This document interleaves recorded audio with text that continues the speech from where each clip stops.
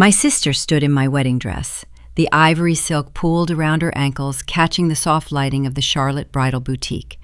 My mother clapped her hands together, a sharp sound that echoed off the mirrors. She said it looked better on her. She said the shade complemented Jessica's skin tone in a way it never did mine. I looked away from the pedestal and searched for my fiancé. Derek stood near the velvet seating area. He said nothing. He found the stitching on his leather loafers suddenly fascinating, shifting his weight from one foot to the other. They expected me to cry. They braced themselves for the messy breakdown of the older sister who always paid the bills but never got the spotlight. Instead, I smiled. I handed my sister the 2-carat diamond ring, turned on my heel, and walked out. 30 minutes later, her phone would not stop ringing. Before I tell you exactly how I dismantled their perfect afternoon, if you enjoy stories about family secrets and sweet payback, drop your age in the comments and make sure to subscribe to Morning Revenge. I read every comment to see who is listening. Now let me take you inside that boutique. The air smelled like gardenias and expensive vanilla room spray. It was thick, almost suffocating. I stood a few feet from the pedestal holding the garment bag that was supposed to carry my custom $8,000 gown, a gown I paid for with my own money 3 months ago. Jessica turned slowly in front of the trifold mirrors, admiring the way the hand-stitched bodice hugged her waist. Brenda stepped forward, smoothing a non-existent wrinkle from Jessica's shoulder. She did not even look at me. She just kept praising how striking the dress looked on her youngest daughter. I looked at Derek again. He finally glanced up, his eyes darting to the floor immediately. He mumbled that we should just let Jessica have her moment, that I should not make a scene. The boutique consultant hovered near the dressing room curtain, her eyes wide, holding her breath for the inevitable explosion. But the explosion never came. A strange glacial calm settled over my chest. It was sharp and clarifying. My hand slipped into the right pocket of my slacks. My fingers brushed against the cold, heavy brass of an antique safety deposit key I carried everywhere. It was a habit I picked up after my father passed away. The jagged teeth of the key pressed into my palm, grounding me in reality. I took 2 steps toward the pedestal. Jessica stiffened, her shoulders raised as if she was bracing for a physical strike. I reached for her left hand, turned it palm up, and placed the engagement ring Derek had given me right in the center of her palm. "Keep it," I said, keeping my voice steady and low. "You earned it." I turned and walked out the glass doors into the sweltering North Carolina afternoon. The August heat hit me instantly, pressing against my skin like a wet blanket, but my hands did not shake as I climbed into the driver's seat of my sedan. I did not start the engine. I did not cry over the 3 years I had wasted with a man who could not even look me in the eye. I pulled out my phone and opened my banking app. As a financial consultant, I built my career on risk management and asset protection. I sat in the air-conditioned quiet of my car and watched them scramble. For years, I was their safety net. When Brenda needed a kitchen remodel to impress her book club, I wrote the check. When Jessica racked up debt on a European vacation she could not afford, I bailed her out. And Derek with his endless entrepreneurial dreams that never quite paid the bills. I provided the upscale townhouse. I paid for the groceries. I bought the very ring I just handed away. They were so used to spending my money that they genuinely believed they could steal my wedding, and I would still pick up the tab. With 3 firm taps on the screen, I canceled the Asheville venue reservation. I absorbed the non-refundable deposit penalty without a second thought. 2 more taps and the caterers were unfunded. A final swipe locked the secondary credit cards Brenda and Jessica carried in their designer purses. Through the boutique's floor-to-ceiling windows, I watched Jessica admiring her reflection. Derek stepped up onto the pedestal, placing a hand on her waist. Then her silver clutch vibrated on the display table. She picked up her phone, answering it with a bright, performative smile. I watched that smile falter. Her posture went rigid. Her mouth opened in shock as the venue coordinator on the other end explained that her reservation had just evaporated. She looked at Derek, panic flashing across her face. This was only the first domino to fall. They mistook my generosity for weakness, and they were about to learn just how much power I really held. 30 minutes later, I was cruising down Providence Road. The air conditioning in my sedan ran on high, fighting a losing battle against the suffocating North Carolina heat pressing against the windshield. My phone sat in the center console cup holder. The screen illuminated every few seconds, vibrating against the hard plastic with relentless urgency. 32 missed calls, 17 text messages, 7 voicemails. I merged into the right lane, tapped the glowing screen, and let the Bluetooth sync to the car speakers. Brenda was the first to speak. Her voice lacked the smooth, syrupy tone she used while fawning over Jessica in the bridal boutique. Instead, her pitch was shrill, breathy, and laced with unfiltered panic. "Rosie, pick up the phone right now. There is some kind of issue with the Asheville estate. The venue coordinator just called Jessica in a panic. They are saying the card on file was declined and the reservation is canceled. You need to call your bank and fix this misunderstanding. Jessica already posted the venue on her Instagram story. Everyone at our church knows the location. Do not do this to your sister. Call me back." I listened to the recording, keeping my eyes fixed on the road ahead. Misunderstanding. That was the precise word she chose to use. She witnessed her oldest daughter hand over an engagement ring, saw the profound betrayal unfold in real time, and her primary concern was a social media embarrassment. The systemic entitlement was staggering, yet it felt deeply familiar. For the past 5 years, I operated as the unofficial family bank. I worked 80-hour weeks building my financial consulting firm from the ground up, securing high-net-worth portfolios and carefully investing my earnings. Meanwhile, my family treated my success as a public utility. They dipped their cups in whenever they felt thirsty. When Jessica needed a down payment for her leased luxury SUV, I wrote the check. When Brenda wanted front-row tickets to a charity gala to keep up appearances with the neighborhood wives, I swiped my card. I subsidized their curated reality for so long they forgot what it actually cost to maintain it. They genuinely believed I would still fund a wedding they had just pushed me out of. The next voicemail began to play. It was Jessica. She was crying, taking harsh, ragged breaths that sounded performative. "Rosaline, how could you do this to me? The estate needs a $40,000 wire transfer by 5 o'clock today, or they are giving our date to someone else. Derek is trying to fix it, but you need to unlock the credit cards. You are ruining my special day." I reached over and hit delete. The Asheville estate was a premier property tucked away in the Blue Ridge Mountains, featuring sprawling botanical gardens and a restored 19th century mansion. It was a location fit for a glossy bridal magazine cover. It was also entirely out of their tax bracket. Derek had not held a steady job in 2 years. He referred to himself as a tech entrepreneur, which was simply a polite way of saying he spent his days pitching unviable software startups to investors who never returned his calls. His personal credit score was abysmal. He could not secure a loan for a used sedan, let alone finance a luxury mountain wedding. My dashboard screen flashed with a new notification. This time it was an automated alert from my primary banking application. Failed wire transfer attempt, insufficient funds. I smiled, turning the steering wheel to navigate into the concrete parking garage of my downtown office building. Derek was scrambling. I could picture him standing in the bridal shop lobby, sweating through his tailored suit, his fingers flying across his phone screen as he tried to save face in front of my mother. He was attempting to access our joint savings account to pay the venue. When Derek and I moved in together, we set up a joint account specifically for household expenses. He contributed sporadically, usually depositing a few $100s here and there when one of his freelance gigs actually paid out. I funded the vast majority of it. Over the years, that account grew, serving as a comfortable buffer for emergencies. Derek always viewed it as a safety net he could rely on, a limitless well of cash. What Derek did not know, or perhaps what his staggering arrogance prevented him from checking, was that I executed a legal transfer hours before we even arrived at the dress fitting. Knowing his unreliable financial history, I had always maintained strict, impermeable boundaries in my banking structure. My inheritance, my business earnings, and my personal savings were walled off in private trusts. The joint account was the only pool of money he could legally touch. At 7 o'clock that morning, while Derek was busy texting Jessica from our master bathroom, I moved my legally owned portion of those joint funds into a secure offshore holding account. He was trying to wire $40,000 from an account that currently held exactly $12.40. I parked my car in my reserve space, grabbed my leather tote bag, and rode the elevator up to the 14th floor. The corporate office was quiet. Most of the staff were out for a late Friday lunch.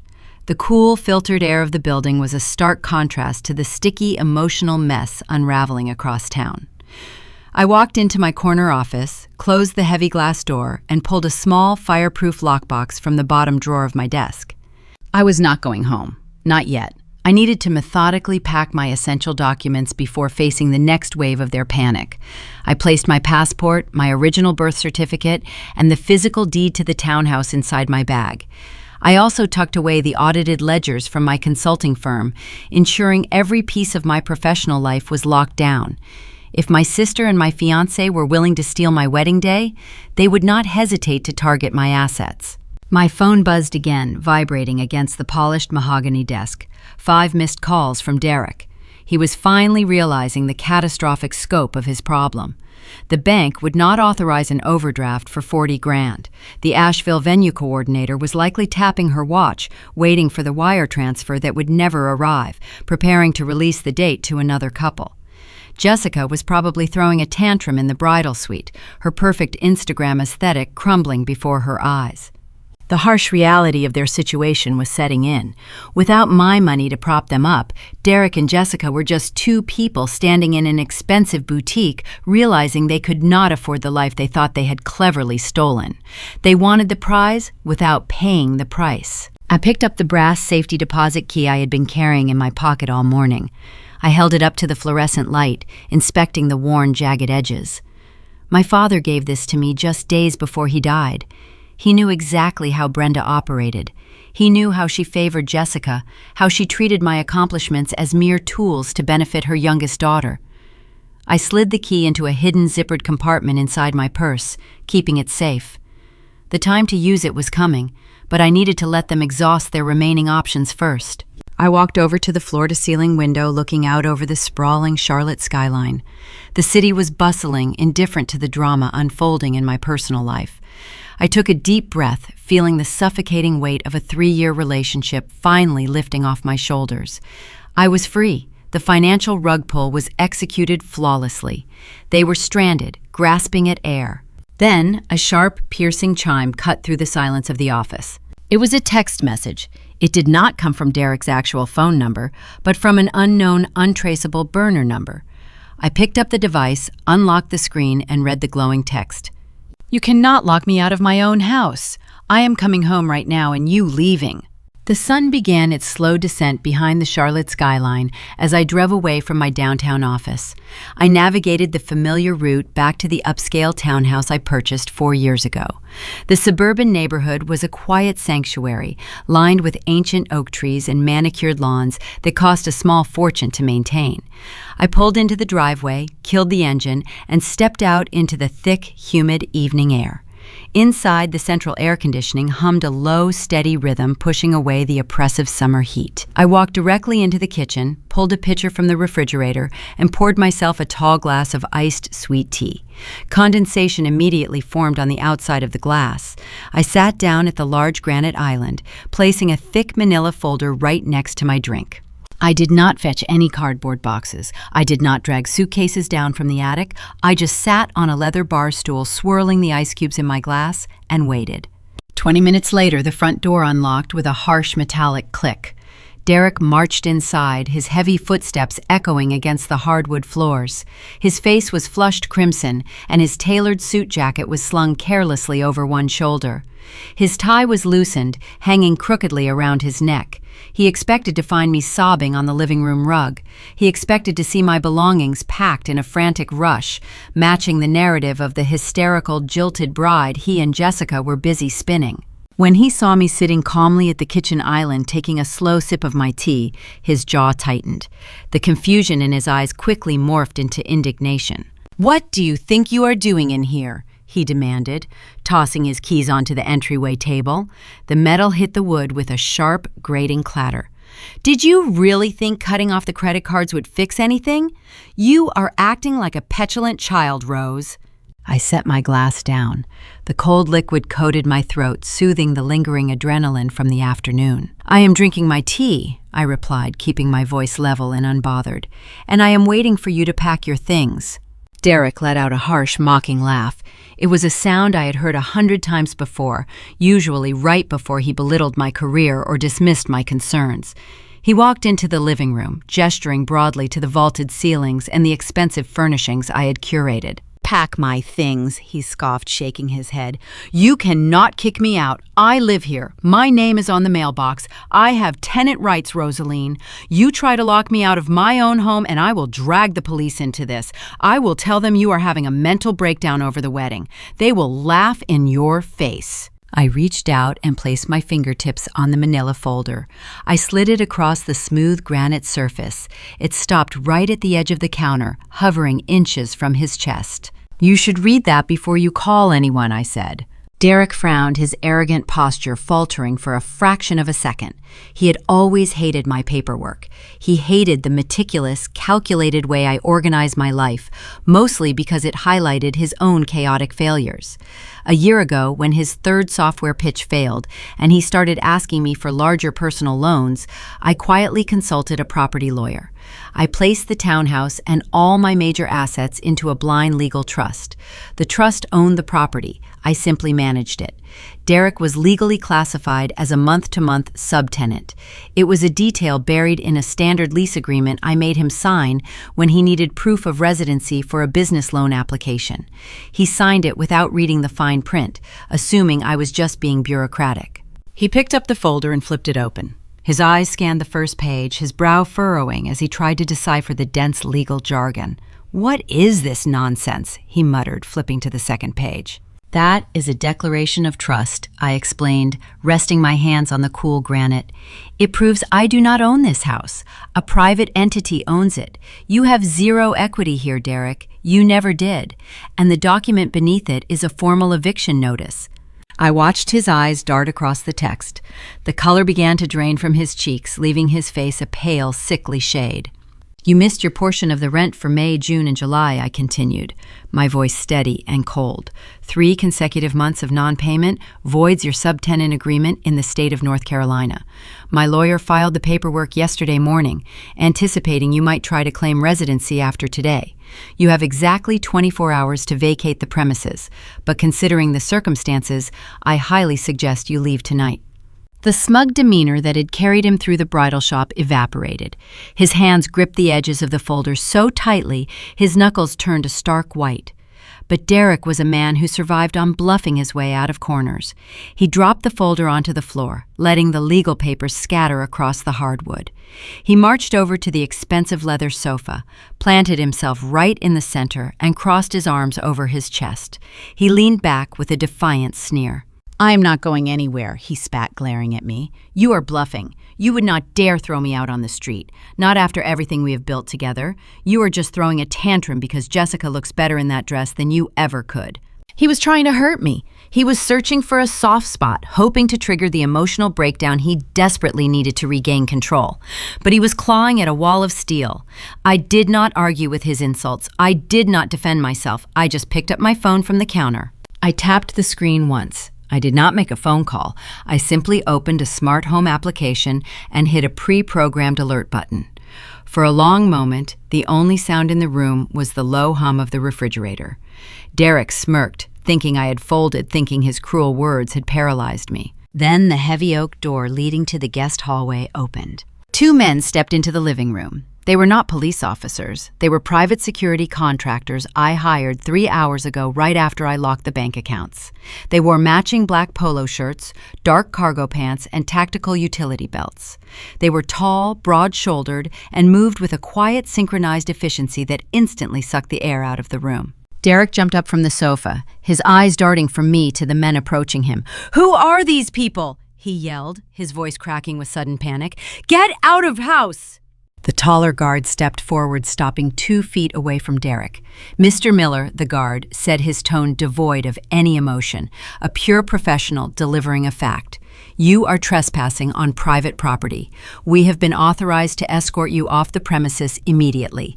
You can walk out the front door, or we can carry you out. The choice is yours." Derek looked at me, sheer terror replacing his previous arrogance. "Rose, tell them to stop. This is insane. We can talk about this." I picked up my sweet tea and took another slow sip. "There is nothing left to talk about," I said. The second guard walked out of the master bedroom carrying a single black trash bag. It contained a haphazard pile of Derek's tailored suits, his expensive loafers, and his collection of designer watches. The guard dropped the bag at Derek's feet. The heavy plastic crinkled loudly in the tense silence. "Your ride is waiting outside," the taller guard stated, gesturing toward the front door. Derek tried to stand his ground, puffing out his chest to look intimidating, but the taller guard simply placed a heavy hand on his shoulder. It was a subtle gesture, but it carried enough physical weight to make Derek stumble backward. Realizing he had lost, Derek grabbed the trash bag, his face burning with deep, inescapable humiliation.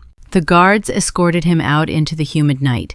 I followed them to the front porch, leaning against the wooden railing. The thick summer air was loud with the buzzing of cicadas. Derek stood on the curb, clutching his garbage bag of belongings like a lifeline.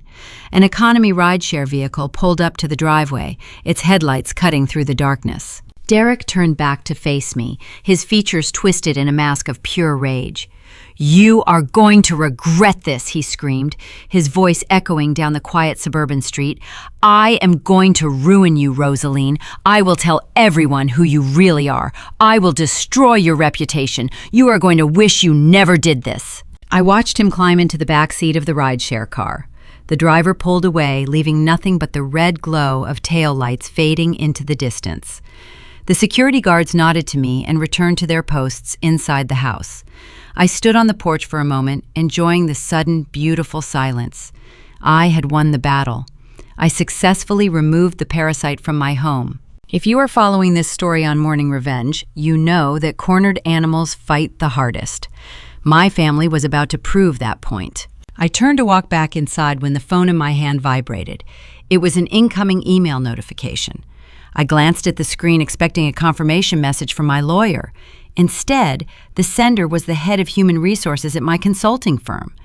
My stomach tightened into a hard knot. I tapped the notification, opening the message. The subject line read in bold black letters, "Immediate suspension, embezzlement allegations." Derek and Jessica were not just fighting for a wedding anymore. The real war had just begun.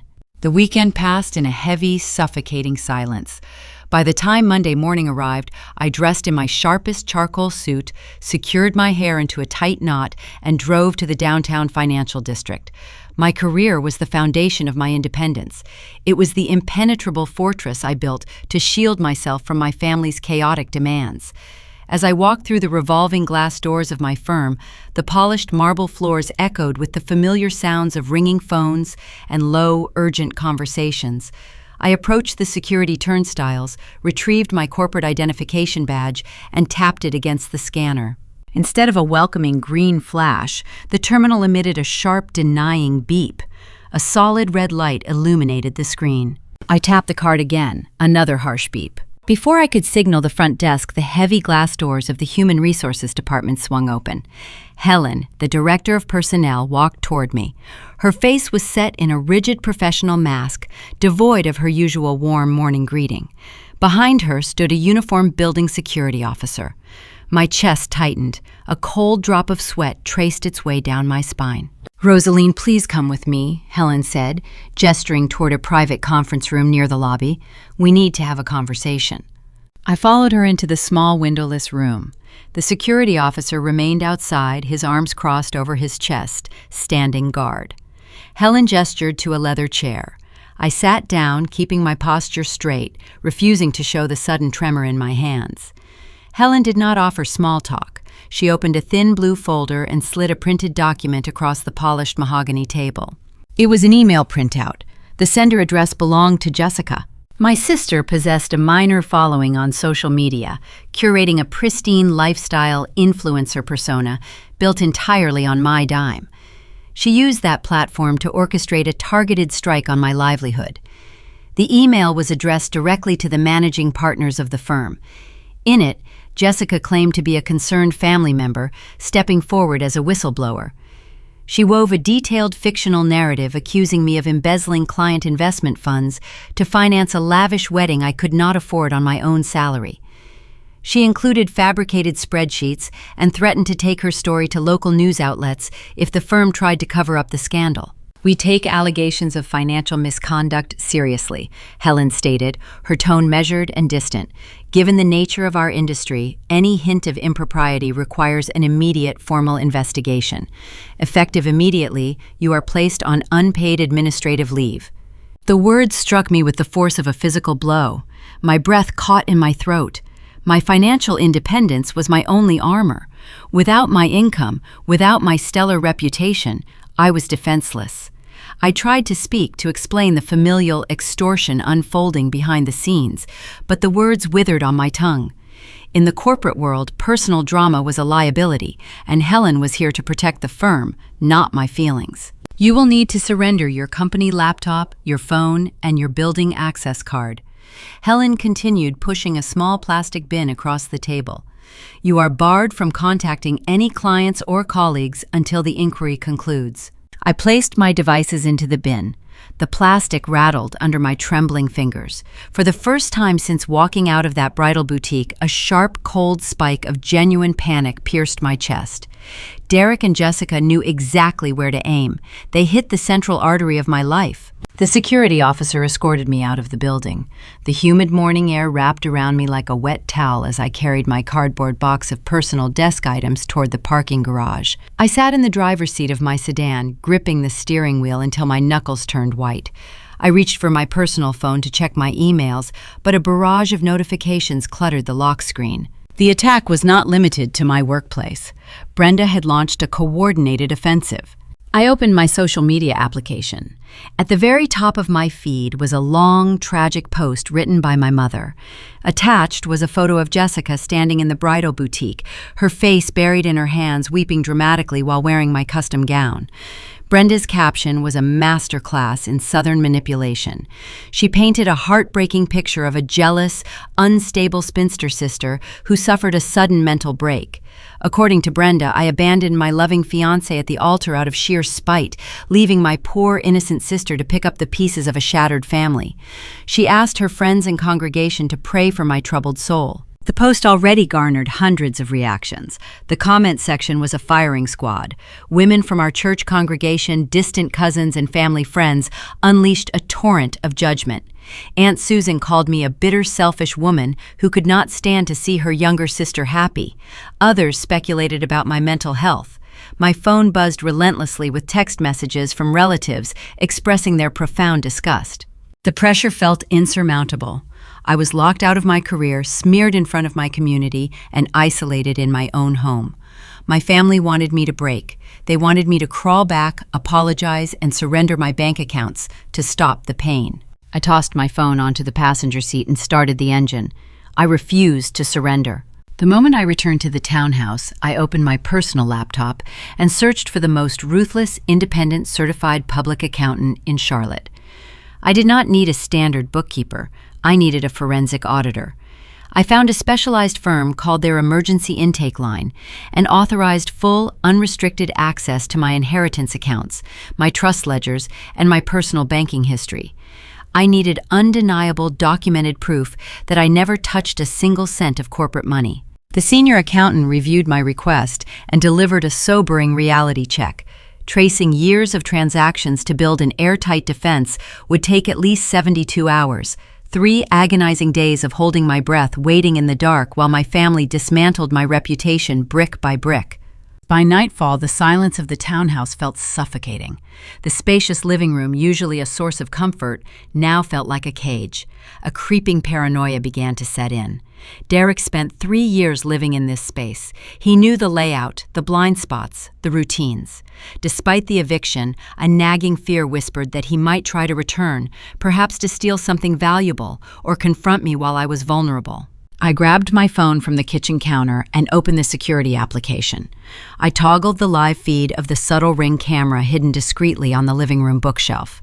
I installed it a month ago to catch a recurring package thief targeting our front porch. The live video showed nothing but the dark, empty room. Seeking a distraction from my racing thoughts, I decided to scrub back through the archive footage. I wanted to ensure Derek had not sneaked around the property in the days leading up to his eviction. I dragged my finger across the timeline, watching the high-speed blur of the past 2 weeks. Suddenly, a specific timestamp caught my eye. It was from a Tuesday afternoon, a day I was supposedly alone at the office while Derek claimed to be attending a networking event downtown. I stopped scrubbing. I pressed play. The footage did not show a networking event. It showed Derek walking through my front door, followed closely by Jessica. I turned the volume all the way up, pressing the phone speaker against my ear. What I saw and heard in that living room recording shifted the ground beneath my feet. The narrative of a spontaneous betrayal at the dress shop was a lie. The truth was far worse, and it handed me the exact weapon I needed to destroy them. The video player buffered for a fraction of a second before the crisp, high-definition feed filled my phone screen. I sat on my bed, the room shrouded in evening shadows, watching ghosts haunt my own living room. The timestamp glowing in the corner read Tuesday, 2:15 in the afternoon. This was just 12 days ago. I was sitting in a boardroom, pitching a risk management strategy, while the two people I trusted most dismantled my future. Derek walked through the front door. He did not look like a man returning from a grueling networking event, which was the lie he told me that morning. He looked relaxed, unbuttoning his collar, tossing his keys onto the console table. A moment later, Jessica slipped inside, closing the heavy oak door behind her.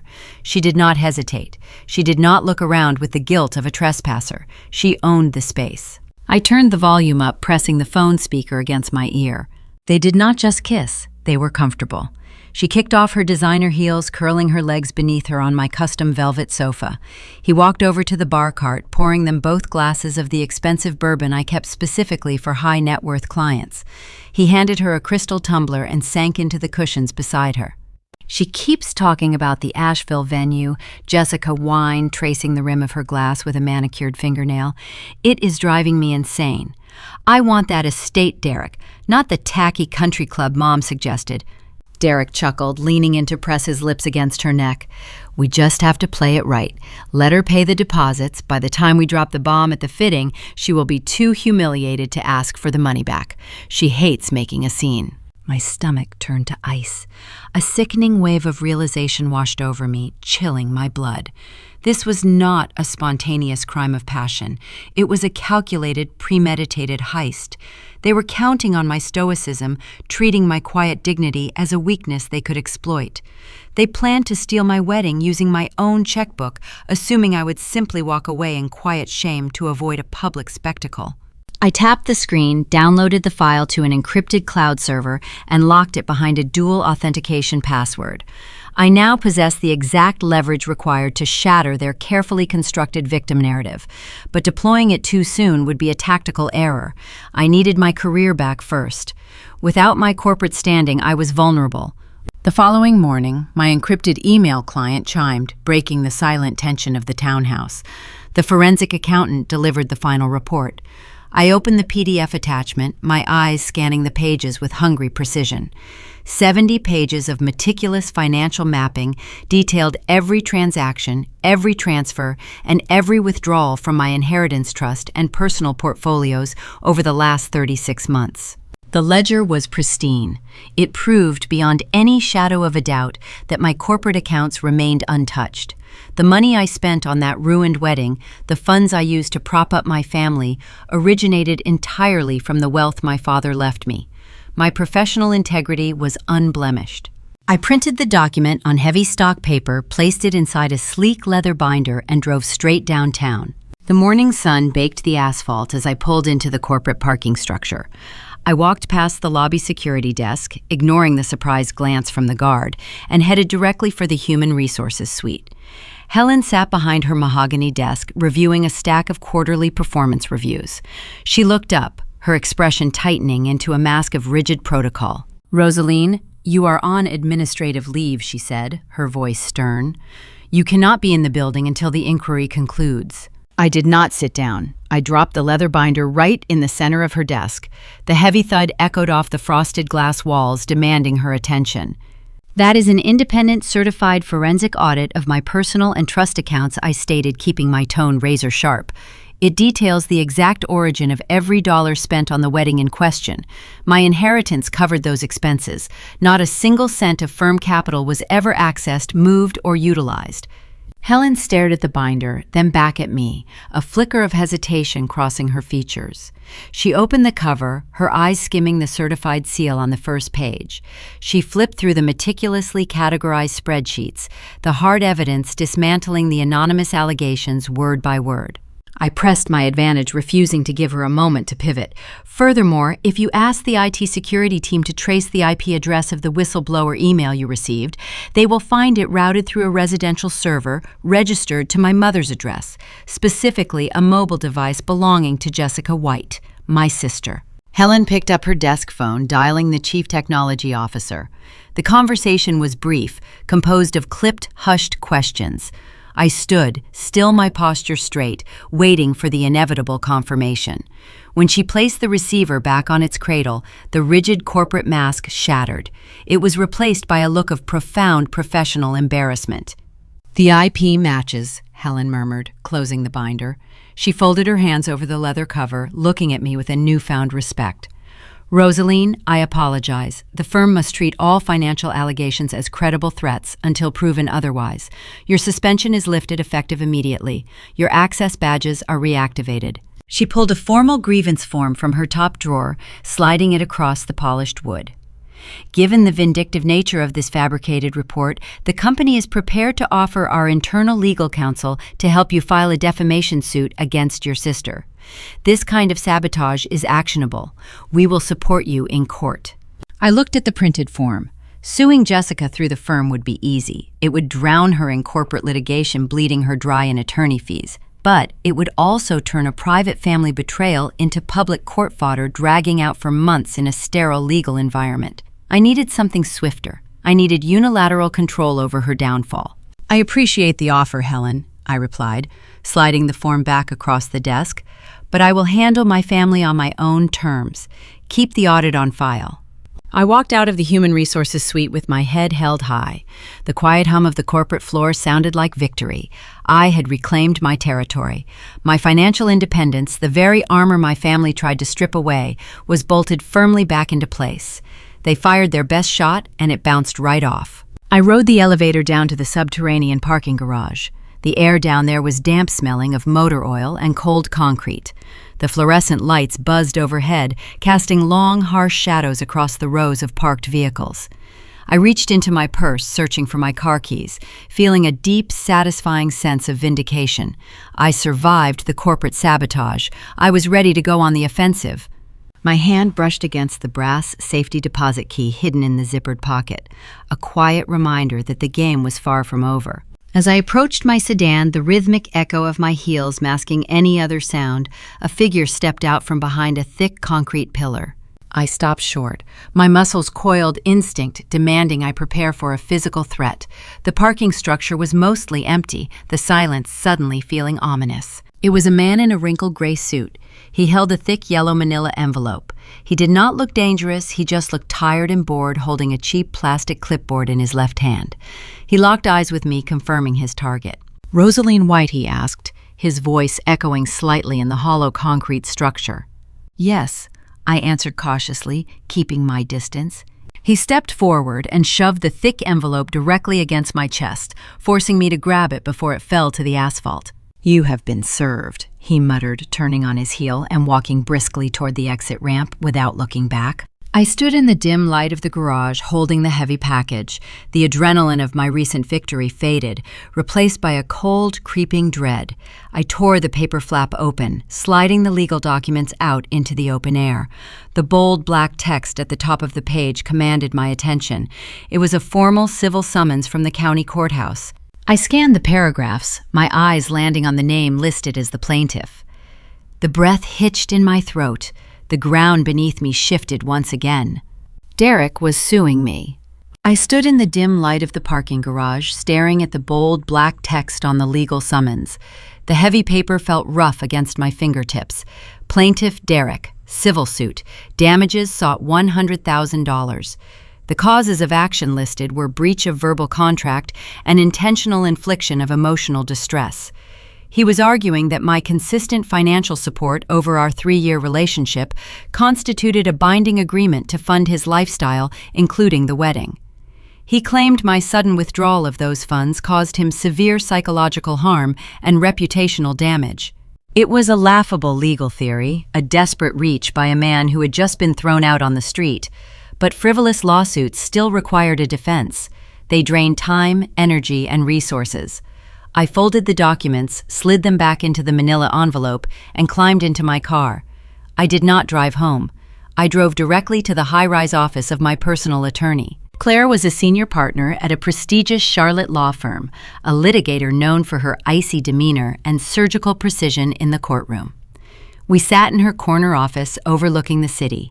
She read through the summons, her expression remaining entirely neutral. "He retained Greg Higgins," Claire noted, tapping her expensive fountain pen against the desk.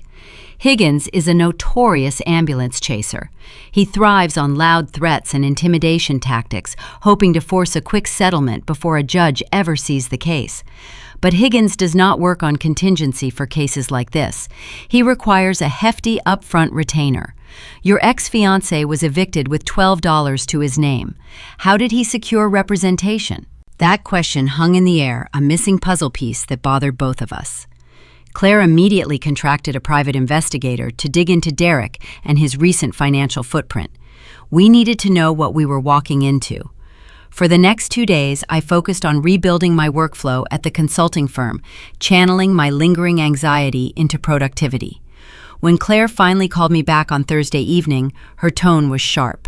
She found the missing piece. It was not just a minor debt. It was a staggering liability that reframed this entire conflict. The forced mediation session was scheduled for Friday morning at the county courthouse. The room was sterile and cramped, smelling faintly of stale coffee and industrial floor cleaner. The air conditioning hummed loudly, keeping the temperature uncomfortably cold. I sat next to Claire at the long conference table. My posture was straight, my hands folded neatly in front of me. The heavy wooden door opened. Derek walked in, followed closely by his attorney. Greg Higgins looked exactly as I imagined. He wore a cheap, ill-fitting suit and carried a scuffed leather briefcase. He moved with a manufactured swagger, trying to dominate the small space. Derek looked terrible. Dark circles shadowed his eyes, and his skin had a gray, unhealthy pallor. Then another figure walked through the door. My mother. Brenda pulled out a chair and sat right next to Derek. She lifted her chin, offering me a smug, defiant smirk. She was here to play the supportive maternal figure, validating Derek's claims of emotional distress by standing against her own daughter. I studied her face, refusing to show any reaction. Then my gaze dropped to her hands resting on the table. She was wearing the familiar vintage diamond ring my father bought her for their 20th anniversary. It caught the harsh fluorescent light sparkling brightly. But her wrist was bare. The matching platinum tennis bracelet, a piece that held significant appraisal value and never left her arm, was missing. A stark realization hit me like a physical strike to the ribs. Brenda pawned stolen family jewelry to fund this attack. She liquidated an estate asset she had no legal right to sell just to pay Higgins his retainer. She was financing my destruction using my father's legacy. My jaw tightened, but I kept my silence. The trap was already set. The mediator, a retired county judge, entered the room and took his seat at the head of the table. He recited the standard introductory rules, urging both parties to find a swift resolution. As soon as the floor opened, Higgins launched into his performance. He spoke for 20 unbroken minutes. His voice was loud, echoing off the bare walls. He painted a tragic portrait of his client. He described Derek as a devoted partner who abandoned his own lucrative business ventures to support my high-powered career, relying on my promise of financial security. Higgins framed my actions at the bridal boutique as a cruel, calculated ambush designed to cause maximum humiliation. "We are willing to be reasonable," Higgins declared, leaning forward and placing his palms flat on the table. "My client simply wants what he was promised. $100,000 covers the wedding expenses he is now liable for, plus damages for the severe emotional trauma your client inflicted. You write a check today, and we drop the suit. We sign a non-disclosure agreement, and this all goes away quietly. If you refuse, we take this to open court. We subpoena your co-workers. We make this a very public, very messy trial." He sat back, crossing his arms, looking remarkably pleased with his extortion attempt. Derek stared at the table, refusing to meet my eyes. Brenda smiled, assuming I was cornered. Claire did not flinch. She did not raise her voice. She simply opened her pristine leather portfolio, extracted a single sheet of paper, and slid it across the polished wood. It stopped right in front of the mediator. She pushed a duplicate copy toward Higgins. The document was a digital forensic trace, heavily redacted in thick black ink to protect the proprietary search methods of our investigator. That is a certified ledger of offshore wire transfers and unregulated cryptocurrency exchanges tied directly to your client, Claire stated, her voice slicing through the tense silence. It details an $80,000 deficit owed to an illicit sports betting syndicate. Derek flinched. The color vanished entirely from his face, leaving him looking like a ghost. Higgins stopped breathing for a second, his eyes scanning the dense financial data. Filing a civil suit to extort capital for the purpose of covering an illegal gambling debt is a felony in this state, Claire continued, locking her cold gaze onto opposing counsel. It is called fraudulent litigation. If you proceed with this mediation, or if this lawsuit is not withdrawn with prejudice by noon today, I will forward this ledger to the district attorney. I will also report you to the State Bar Association for facilitating an extortion racket. The room went dead silent. The ticking of the wall clock sounded like a hammer against an anvil. The mediator leaned forward, adjusting his glasses to read the document. His expression darkened. He looked at Higgins with profound disgust. "Counsel," the mediator said, his tone carrying the weight of a gavel strike, "I strongly suggest you confer with your client. If what I am reading here is accurate, you are in perilous ethical territory. I am halting this session immediately." Higgins turned to Derek. The arrogant swagger was gone, replaced by pure, unadulterated panic. Higgins realized his client lied to him. Derek used him as a tool to commit a felony. Without a word, Higgins shoved his papers into his scuffed briefcase, stood up, and stormed out of the conference room. He did not wait for Derek. The attorney-client relationship dissolved in under 3 minutes. Derek sat frozen, trembling visibly. He was exposed. The terrifying reality of his offshore bookies closing in without any safety net finally broke him.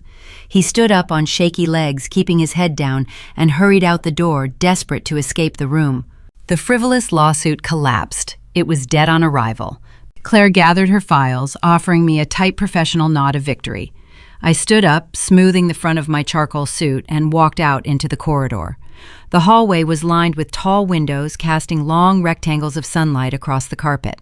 I heard the rapid clicking of heels behind me. Brenda was marching down the hall, her face twisted in a mask of pure fury. The smug satisfaction she wore just minutes ago had burned away, leaving nothing but venom. I stopped and turned to face her. She cornered me near the elevator banks, stepping uncomfortably close. Her eyes were wide, frantic with anger. She lost the battle in that room, but she was determined to win the war. She leaned in, her voice dropping to a harsh, venomous whisper that echoed in the empty corridor. "You will get nothing. I control your father's estate, and I am disinheriting you today. You will get nothing. I control your father's estate, and I am disinheriting you today." Her venomous whisper bounced off the marble walls of the courthouse corridor. Brenda stood inches from my face, her chest heaving with exertion. She expected me to crumble. She wanted me to fall to my knees and beg for my rightful share of the family wealth. But her cruel threat did not invoke fear. It unlocked a door in my memory, a door that had remained firmly shut for 5 long years. The harsh fluorescent lights of the hallway faded. The sterile scent of industrial floor cleaner morphed into the sharp metallic odor of rubbing alcohol and bleach. Suddenly, I was transported back to a quiet room in the oncology ward of Charlotte Memorial Hospital. The rhythmic, agonizing hiss of an oxygen machine filled the space. My father lay in the narrow hospital bed. His skin was translucent, stretched thin over his fragile bones. The man who built a lucrative commercial real estate portfolio from scratch was losing his final battle. I sat beside him, holding his frail hand. Brenda was downstairs in the hospital cafeteria, loudly complaining to the nursing staff about the subpar coffee. She hated the hospital. She hated dealing with the reality of his physical decline. My father opened his eyes. They were clouded with pain, yet possessed a sudden, piercing clarity. He weakly pulled his hand from my grasp and reached toward the small drawer of his bedside table. His trembling fingers retrieved a heavy, jagged piece of metal. He pressed it into my palm and closed my fingers around it. It was an antique brass safety deposit key. "Do not let your mother take your crown, Rosie," he whispered, his voice rattling deep in his chest.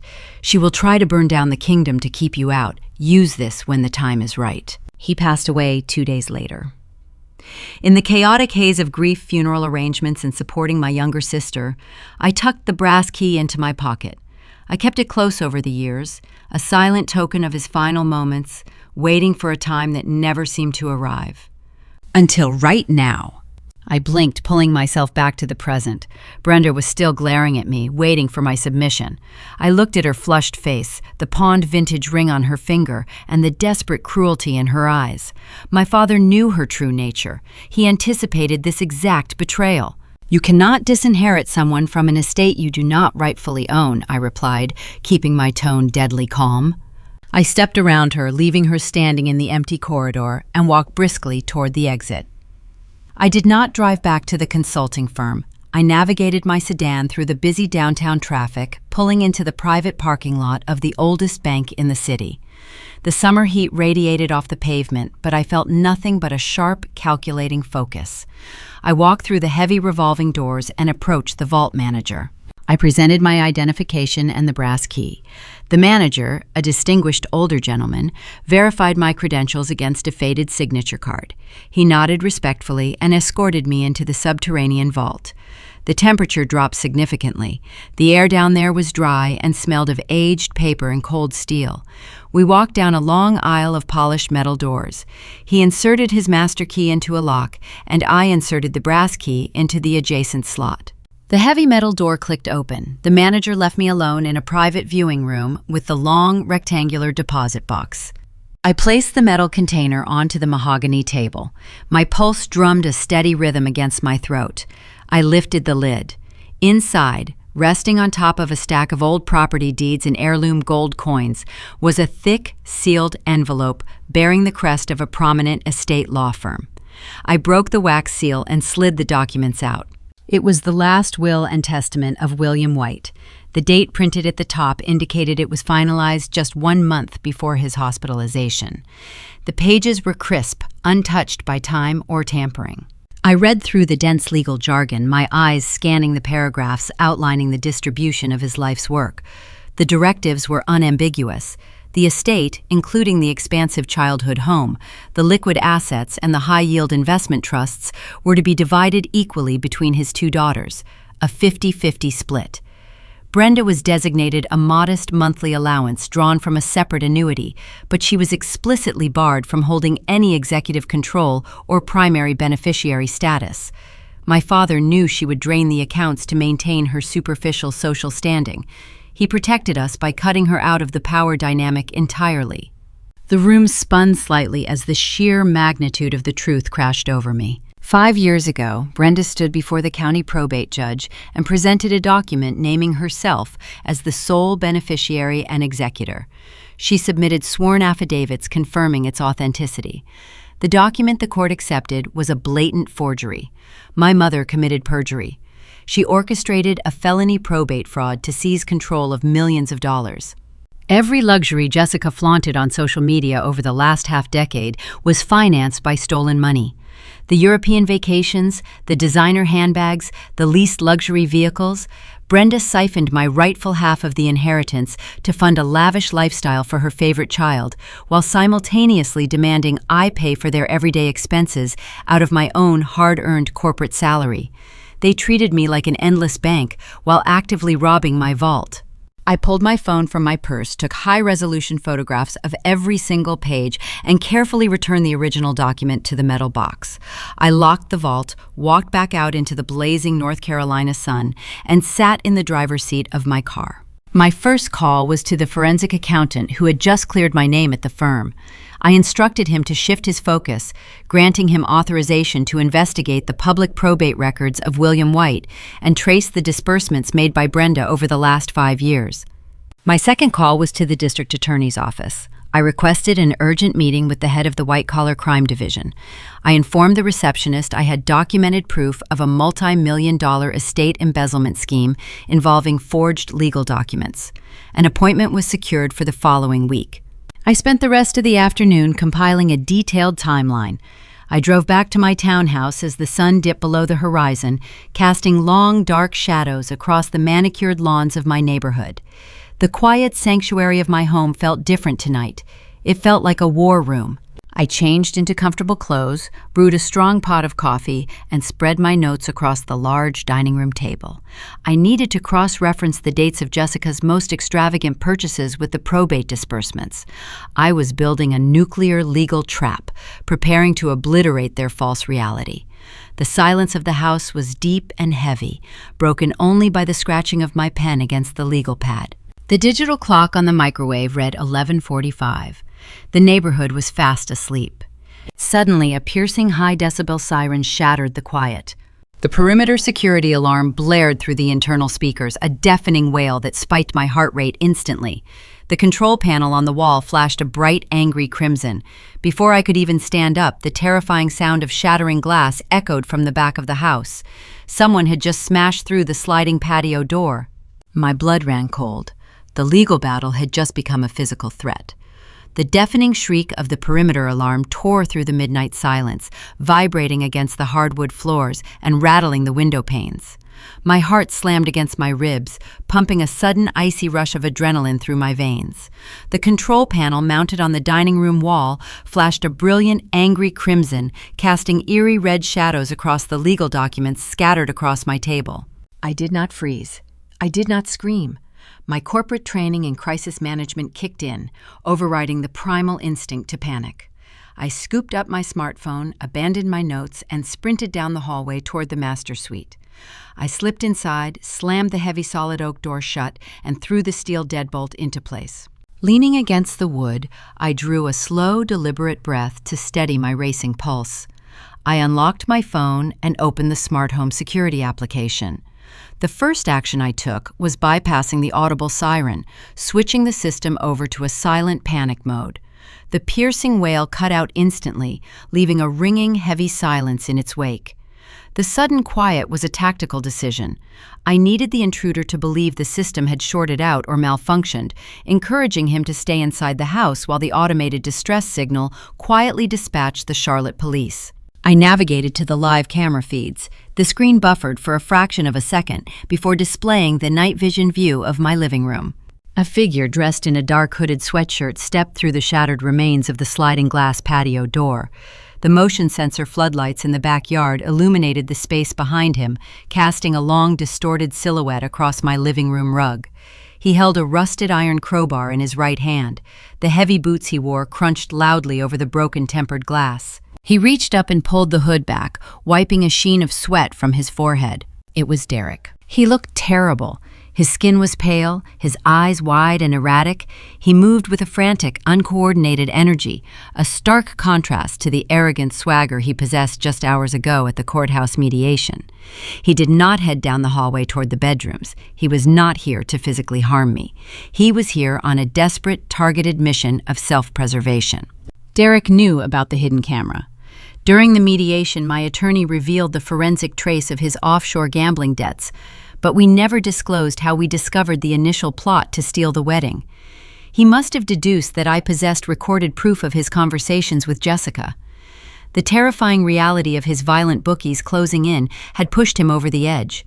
If that footage leaked, his scheme to use Jessica to pay off his debts would crumble, leaving him entirely exposed to the men he owed money to.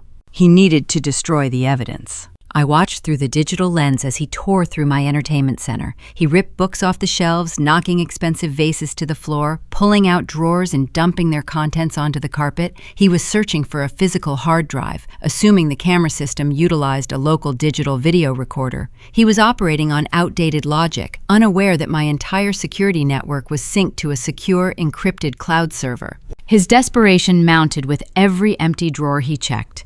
His chest heaved as he spun around, his frantic gaze landing on the small alcove I used as a home office. Sitting on the polished glass desk was my high-end corporate laptop.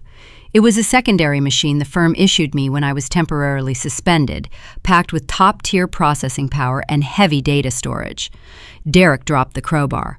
It hit the hardwood floor with a loud metallic clatter. He lunged toward the desk and snatched the expensive hardware, a victorious manic grin spreading across his face. He believed he found the jackpot. He assumed I stored the surveillance files locally on my work computer. He shoved the sleek silver laptop into a canvas duffel bag he carried over his shoulder. He was stealing company property. That was his fatal mistake. I sat on the edge of my bed, bathed in the soft blue light of my smartphone screen, and opened my mobile device management portal. As a senior financial consultant, securing sensitive data was my primary directive. Every piece of hardware I owned was linked to a centralized remote-controlled dashboard. I located the stolen laptop on the network registry. It was currently offline, resting inside his bag, but it was still connected to the cellular data grid. I tapped the administrative control icon. A menu of security countermeasures appeared on my screen. I bypassed the simple tracking options and selected the most severe protocol available, the remote kill command. A confirmation prompt popped up, warning me that executing this action would permanently erase the motherboard firmware, rendering the machine entirely inoperable. I did not hesitate. I pressed confirm. Down the hallway inside the living room, Derek unzipped his duffel bag to check his prize one last time. He opened the laptop lid. The screen illuminated, casting a pale glow over his sweaty features. Through the camera feed, I watched the exact moment my command hit the device. The laptop screen flashed a blinding, brilliant white, then went dead black. The internal cooling fan spun up to maximum velocity for 2 seconds, emitting a loud whirring noise before dying out completely. A thin wisp of smoke curled from the exhaust vents. Derek tapped the keyboard frantically. He pressed the power button, holding it down with increasing desperation, but the machine was a brick. It was a useless, heavy slab of metal and melted circuitry. He let out a frustrated, guttural scream, slamming his fist against the glass desk. He also did not realize that the kill command automatically activated a secondary battery-independent GPS beacon, locking his exact coordinates onto a police tracking grid. He grabbed the duffel bag and turned toward the shattered patio door, preparing to flee into the night. He never made it past the threshold. The quiet suburban street outside erupted in a chaotic symphony of flashing blue and red strobes. The response time in this affluent neighborhood was legendary, clocking in at under 3 minutes. Heavy footsteps pounded against the wooden deck in the backyard. 3 brilliant beams of light from tactical flashlights sliced through the darkness, pinning Derek like an insect under a microscope. Charlotte Police Department, a deep, commanding voice roared through the broken glass. "Show me your hands. Drop the bag. Do it now." Derek froze. The canvas bag slipped from his shoulder, hitting the floor alongside the bricked laptop. He slowly raised his hands, stepping back into the living room, his face a portrait of utter defeat. 2 uniformed officers breached the threshold, their service weapons drawn and steady. They moved with swift, practiced precision. One officer grabbed Derek by the shoulder, spinning him around and slamming him face first against the drywall. The metallic click of handcuffs ratcheting tightly around his wrists echoed through the house. I stood up, unlocked the master bedroom door, and walked slowly down the hallway. I stepped into the living room, wrapping a silk robe tightly around my waist. The shattered glass crunched softly beneath my slippers. Derek turned his head, pressing his cheek against the plaster, and looked at me. There was no anger left in his eyes, only a hollow, pathetic emptiness. He realized he had just traded a comfortable life for a felony conviction. The lead officer approached me, holstering his weapon. "Are you unharmed, ma'am?" he asked, his tone shifting to respectful concern. "I am fine," I replied, my voice steady and calm. "I have the entire break-in recorded on high-definition video. He entered without permission, caused significant property damage, and attempted to steal corporate hardware." The officer nodded, turning back to the suspect. "Derek Miller, you are under arrest for felony breaking and entering and grand larceny. You have the right to remain silent." They dragged him out the front door. The red and blue lights painted the walls of my living room in rhythmic, sweeping arcs. I watched them load him into the back of a squad car, his head pushed down to clear the doorframe. The vehicle pulled away, fading into the dark streets. The immediate physical threat was neutralized. Locked behind a steel grate in the back of a police cruiser, The sun rose a few hours later, washing the sky in pale shades of pink and gold.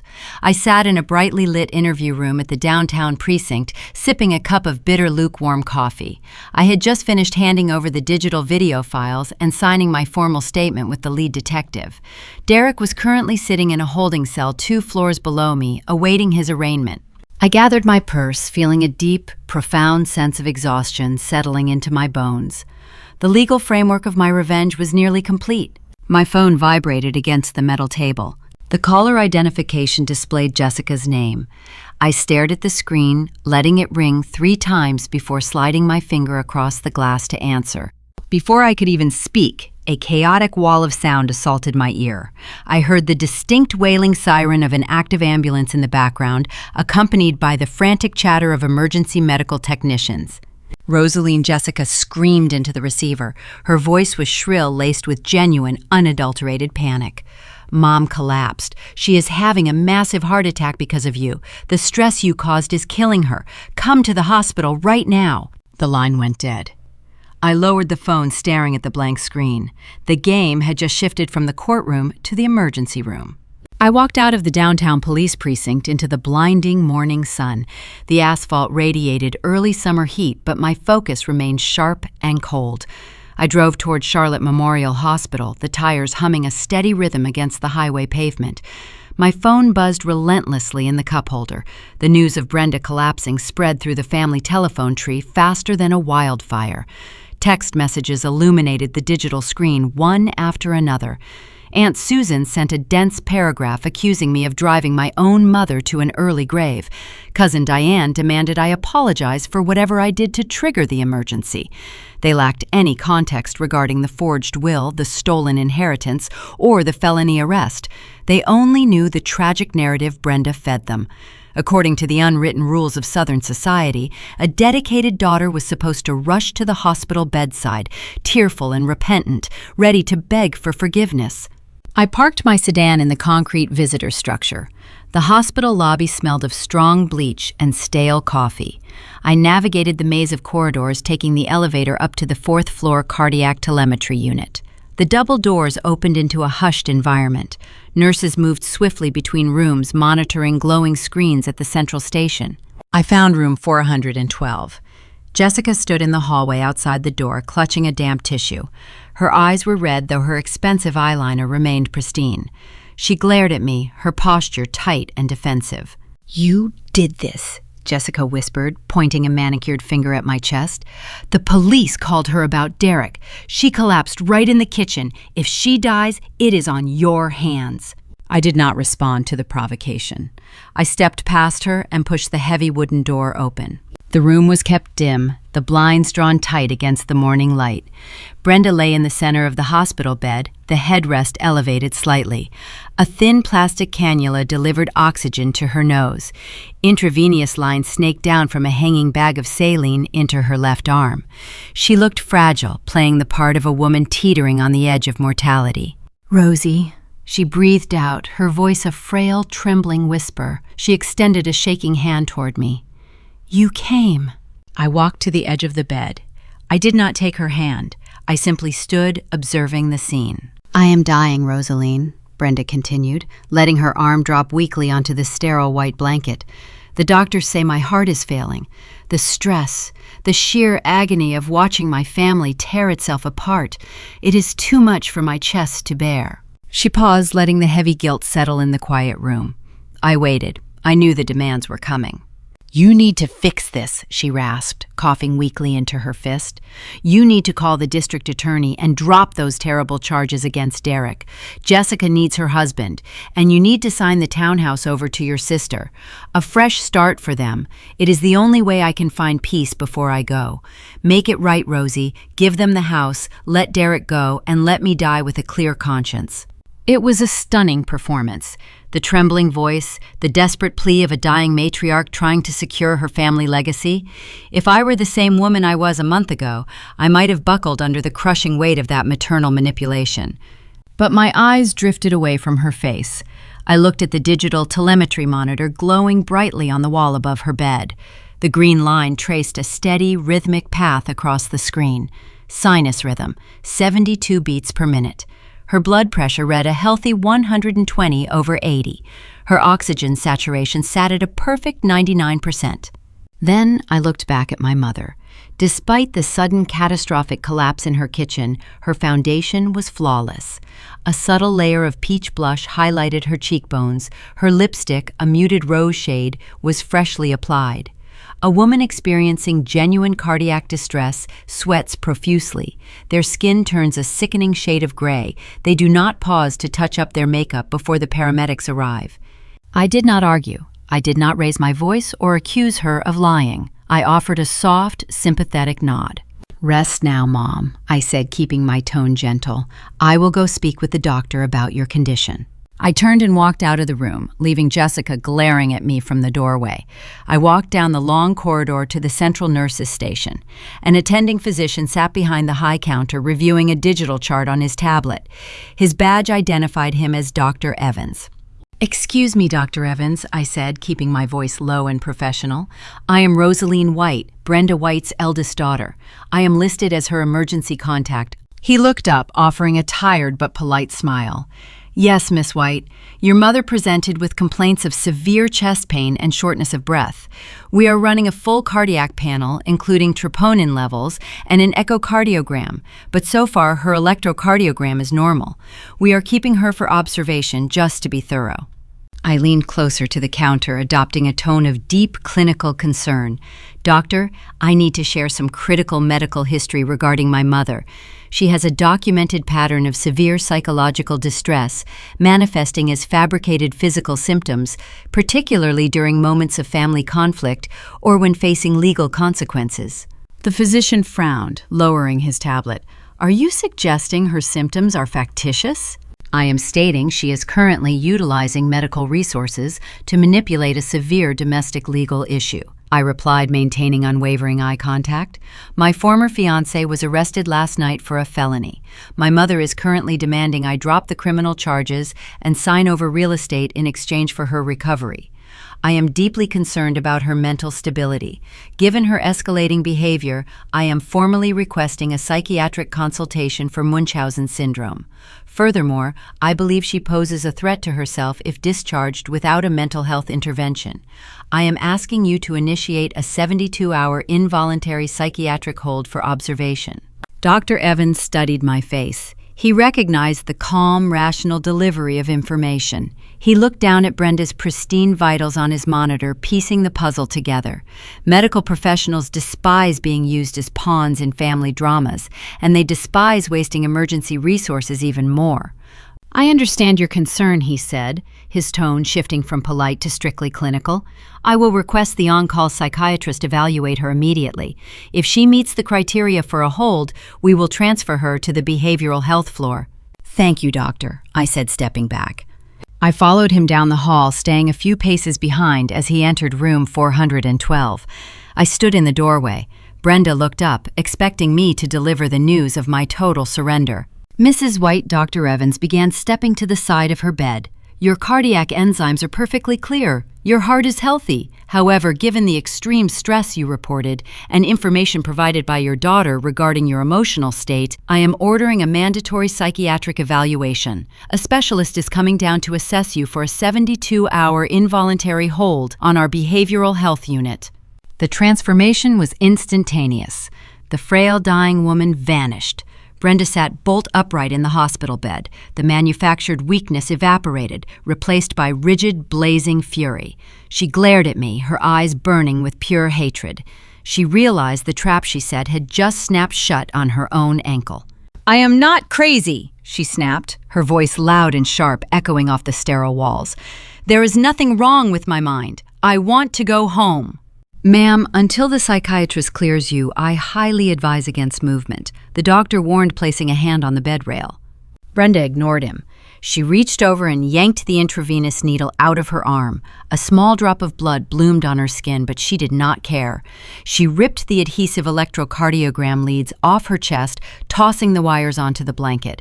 She swung her legs over the side of the bed, her bare feet hitting the cold linoleum. "I am leaving," she demanded, pushing past the startled physician. "I am checking out against medical advice."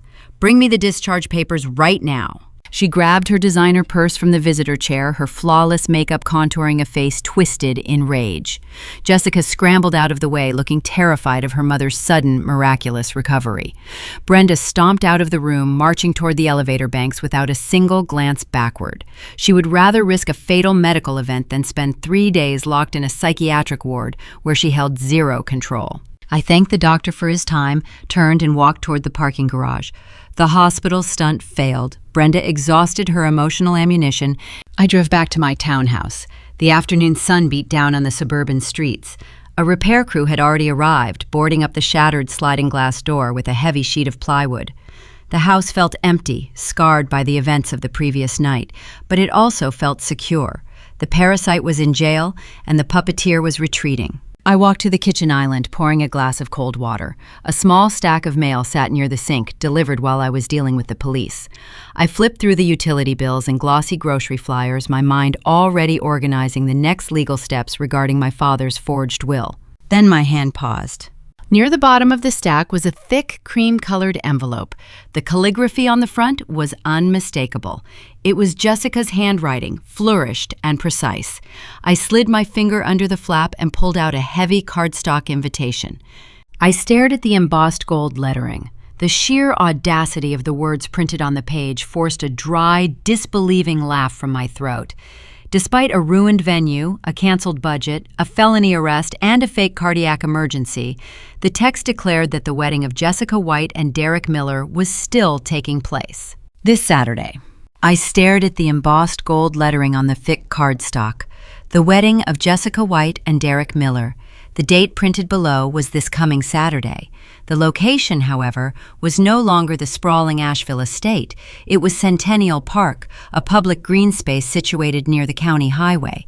The location was notorious for stagnant decorative ponds and swarms of mosquitoes. Jessica was determined to secure a wedding ring, even if she had to drag it through the dirt to get it. A small piece of personalized stationery fell from the envelope, landing softly on the granite counter. I picked it up. Jessica had written a handwritten note. Her penmanship was sharp and pointed. "Rosie, I expect you to attend. People are talking and your absence will only make you look bitter. I bought a dress for you to wear so you do not clash with the bridal party. It is being delivered tomorrow. Wear it, sit in the back row, and show some support for once. Let us put this ugly jealousy behind us." She was attempting to humiliate me. She wanted me to sit in the rear of a plastic folding chair section, draped in whatever hideous garment she selected, serving as a visual monument to her victory. I set the card down. I picked up my phone, opened my text messages, and typed a response to my sister. "You are right. I will wear whatever you send. I just want peace." I hit send. A gray bubble appeared indicating she was typing a reply, but I turned the screen face down. I knew exactly what was happening in the townhouse across town. Jessica and Brenda were reading that message, gloating over their perceived triumph. They believed they broke my spirit. They thought the hospital stunt and the relentless social pressure finally crushed my resolve. Giving them that false sense of security was a tactical necessity. A complacent enemy never checks their blind spots. I spent the next 48 hours finalizing the architecture of their ruin. The district attorney already possessed the forged probate documents, but I needed a mechanism to dismantle the wedding itself. I needed the social execution to match the legal one. Derek possessed a small circle of friends, most of whom distanced themselves when his entrepreneurial fantasies failed to generate steady income. His chosen best man was a guy named Jason. Jason worked as a structural engineer. He was a practical, grounded man who always seemed uncomfortable with Derek and his constant grifting. I found Jason in my contact list and requested a meeting at a quiet coffee shop on the outskirts of the city. He arrived 10 minutes early, looking exhausted. He sat across from me in a corner booth, wrapping his hands around a steaming ceramic mug. He did not offer any superficial pleasantries. "Derek called me from the county jail," Jason said, his voice low and tight. "He asked me to post his bail. He told me you went crazy and filed a false police report over a misunderstanding." "Did you pay it?" I asked. "No," Jason replied, shaking his head. "I told him to lose my number." I watched you carry him financially for 3 years. I told him months ago that plotting behind your back was a catastrophic mistake. He refused to listen. He thought he was the smartest guy in the room. He got bailed out this morning by your mother. She used a bail bondsman." I leaned forward, resting my arms on the wooden table. "What plotting, Jason?" He reached into his jacket pocket, pulled out his smartphone, and placed it between us. He looked conflicted for a fleeting moment, before his sense of moral disgust won the internal battle. "Derek likes to brag," Jason explained, tapping the screen to open an audio recording application. "A few weeks ago, we were having drinks at a sports bar. He had just lost another $1,000 on a football game. The bookies were threatening to hurt him. He drank too much and started laying out his grand escape plan. I recorded the conversation because I honestly thought he was delusional and might try to drag me into his mess." Jason pushed the phone toward me. "You deserve to hear the truth, Rosaline. I am sorry I did not tell you sooner." I pressed the play icon. The background noise of clinking glasses and loud television sports commentary filled the small speaker. Then Derek spoke. His words were slurred, dripping with arrogant confidence. "Jessica is annoying," Derek said on the recording. "She complains constantly, but her mom is loaded, man. Brenda controls the family estate. Once we are married, I am going to use her inheritance to pay off the bookies. After the debts are clear, I am out. I will file for divorce and take half of whatever is left." The audio file ended with a sharp click.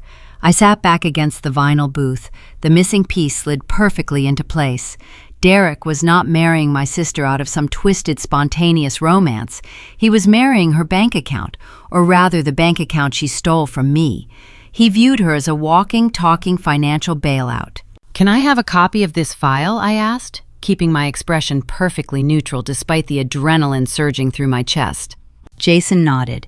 He sent the digital file directly to my secure email address. I thanked him, paid for the coffee, and walked out to my car. The dress arrived via express courier the following morning. I opened the cardboard box and pulled the garment out. It was a shapeless, mud-colored synthetic fabric that smelled faintly of chemical dye. It was designed to erase the wearer, to make them blend into the background like a piece of ugly furniture. I threw it directly into the kitchen trash can. I spent Friday afternoon visiting an electronics rental store. I secured a few specific items, paying cash, and loading them into the trunk of my sedan. I returned home and spent the evening syncing the audio file from Jason and the scanned copies of the forged probate documents onto a single flash drive. I tested the sequence 3 times to ensure flawless execution. The trap was primed. Saturday arrived with punishing intensity. The North Carolina heat was suffocating, wrapping the city in a dense, humid haze. I spent the morning at a local salon, having my hair styled into a sleek, elegant twist. I applied my makeup with careful precision.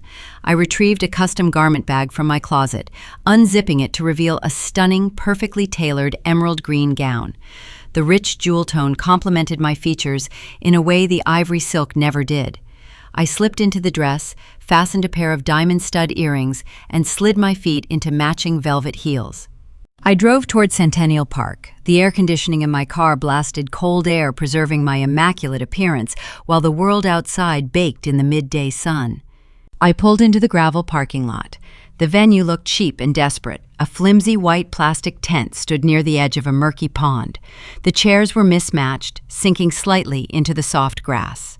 As I turned off the engine, the tinny sound of a portable speaker playing a generic wedding march echoed through the humid air. The ceremony was beginning. I grabbed my small clutch purse, opened the car door, and stepped out into the sweltering heat. I did not wear the brown dress. I was not there to sit in the back row and show support. I was there to deliver a verdict. The gravel crunched beneath my velvet heels as I walked from the parking lot toward the flimsy white plastic canopy. The August heat radiating off the stagnant pond water created a suffocating greenhouse effect. Small swarms of gnats hovered near the floral arrangements placed at the entrance. The flowers were wilting, browning at the delicate edges, a harsh downgrade from the imported orchids I originally ordered for the mountain estate. Now Jessica had settled for cheap carnations tied with fraying ribbon. This makeshift venue was the physical embodiment of their new reality, without my checkbook.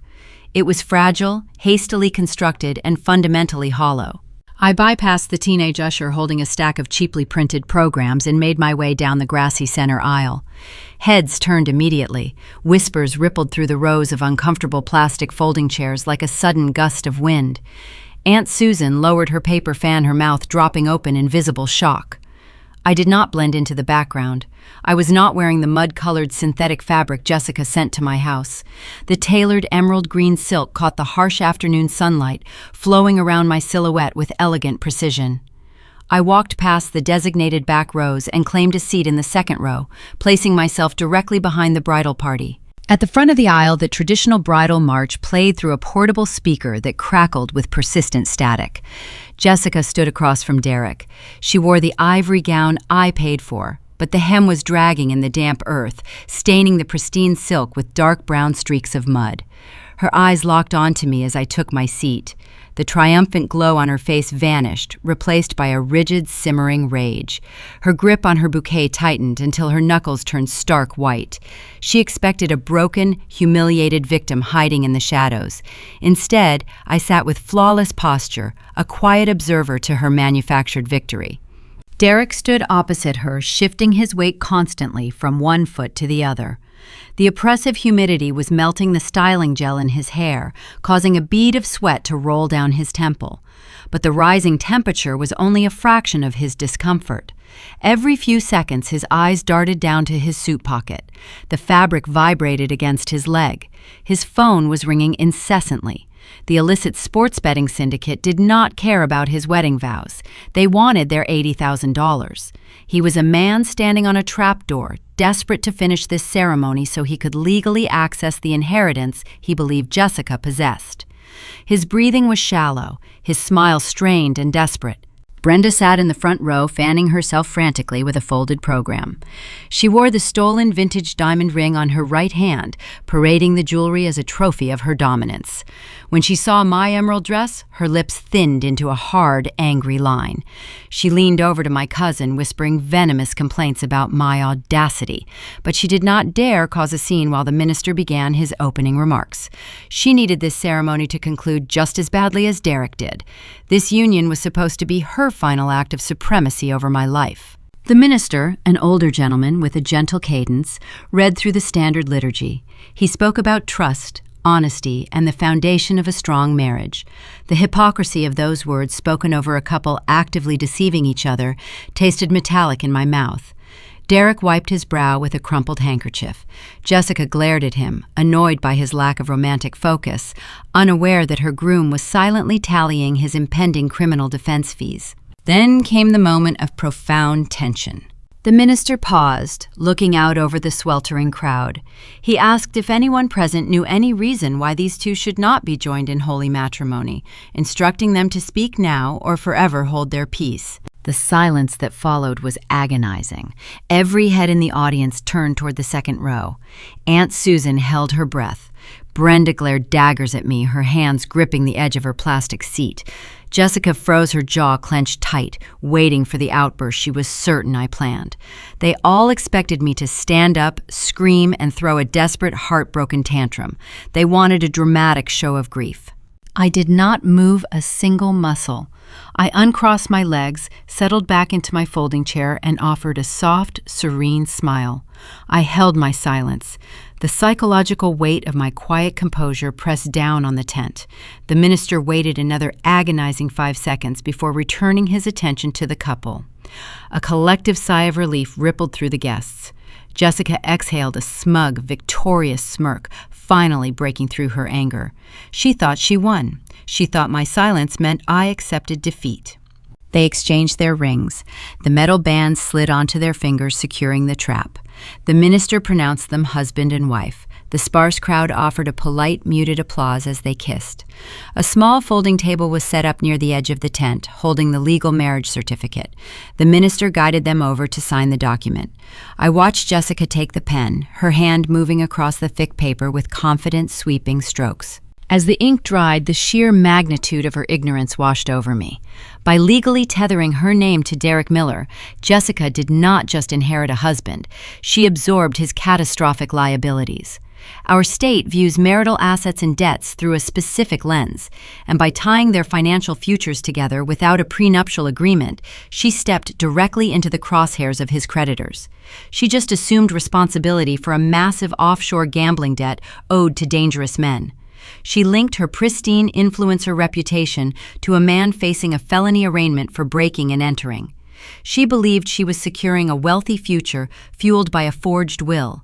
Instead, she was signing her own financial death warrant. The ceremony concluded, and the guests rose from their seats, eager to escape the relentless sun. The reception area was located just a few yards away under a larger canvas canopy. Folding tables were covered in thin paper tablecloths. A buffet of lukewarm appetizers sat abandoned near a portable cooling fan. I joined the slow migration across the grass, my heels sinking slightly into the turf. The tension in the air was palpable, a thick, unspoken anticipation hovering over the crowd. We found our assigned tables. The entertainment, a young guy setting up his soundboard in the corner, played a generic pop song at a low volume. Before anyone could even pour a glass of cheap champagne, the sharp, shrill feedback of a microphone echoed through the tent. Brenda stepped up to the front podium. She tapped her glass with a piece of silver cutlery, demanding the attention of every person in the room. She was preparing to deliver a toast. The sharp chime of silverware striking thin glass pierced the heavy, humid air inside the reception tent. Brenda stood near the front of the room, positioned directly beside a small wooden podium. She tapped her cheap champagne flute a second time, demanding the undivided attention of every guest seated at the folding tables. The low murmur of conversation faded. The generic pop music pulsing from the corner speakers cut out, replaced by the crackle of a live microphone. Brenda gripped the edges of the podium. She looked out over the sparse crowd, her shoulders pulled back, radiating a practiced maternal warmth. The vintage diamond ring on her right hand caught the ambient light, flashing a bright warning that went unnoticed by everyone except me. She cleared her throat, offering a wide theatrical smile toward the sweetheart table where Jessica and Derek sat. Family and friends, Brenda began, her voice echoing with a thick, syrupy cadence.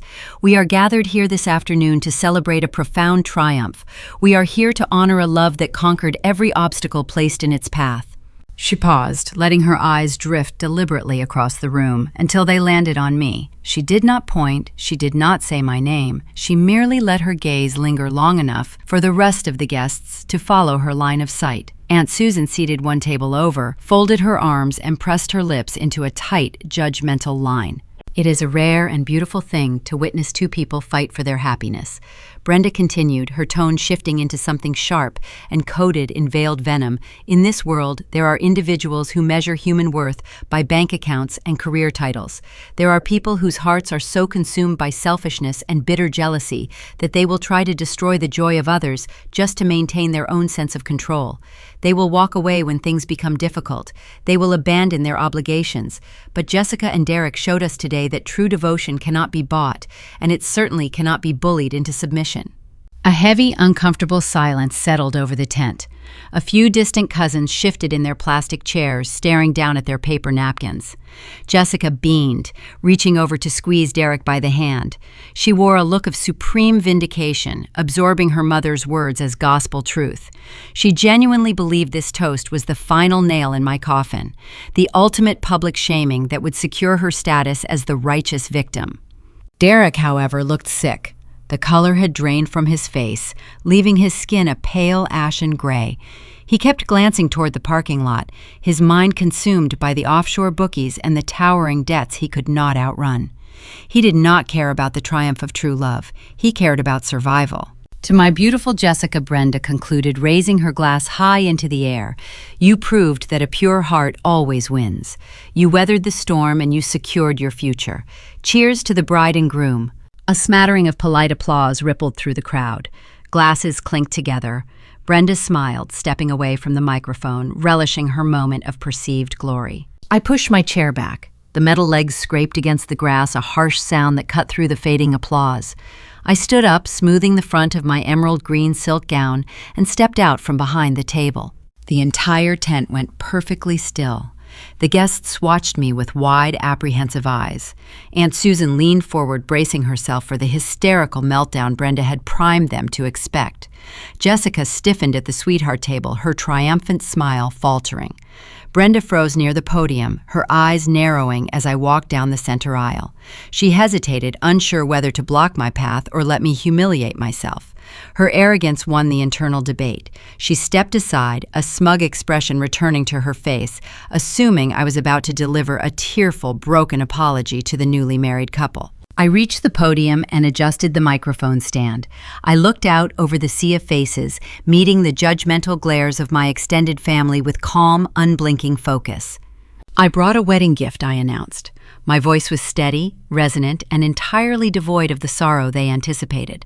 I turned my head and offered a subtle nod to the corner of the tent. Tyler, the young audio-visual technician I hired earlier that morning, sat behind his mixing board. 3 hours prior to the ceremony, I handed him 5 crisp $100 bills and a very specific set of instructions. He did not ask questions. He simply connected my secured cloud drive to his projection equipment and waited for my signal. Tyler hit the cue.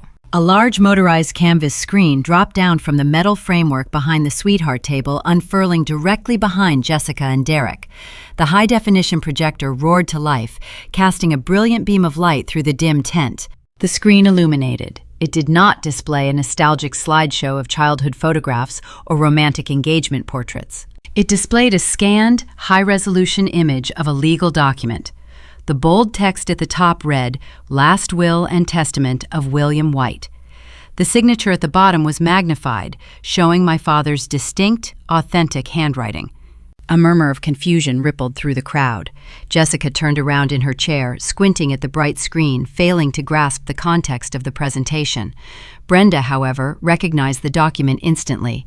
Her smug composure shattered, her jaw dropped, and a look of sheer, unadulterated terror washed over her features.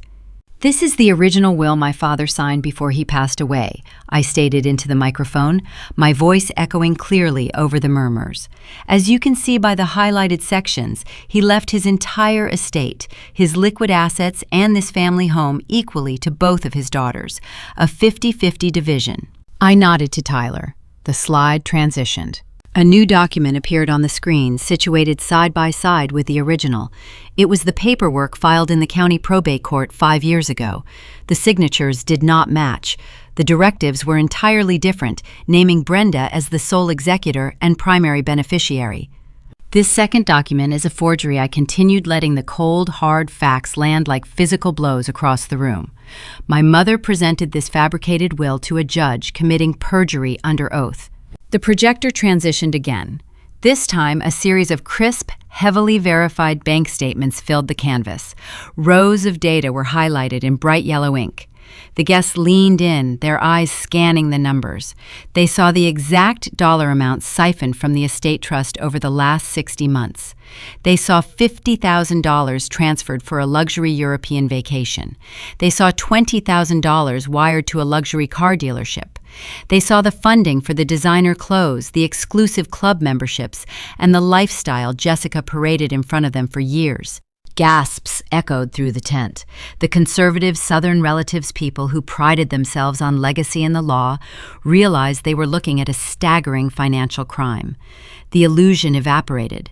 Aunt Susan stood up so fast her plastic chair tipped over backward into the grass. Her face was flushed dark purple with righteous rage. She pointed a trembling finger at the screen, then turned her furious gaze directly onto Brenda. "Is that William's trust account?" Aunt Susan demanded, her voice shrill with betrayal. "You stole his money. You stood in our church and cried about being a destitute widow, and you have been robbing your own child this entire time?"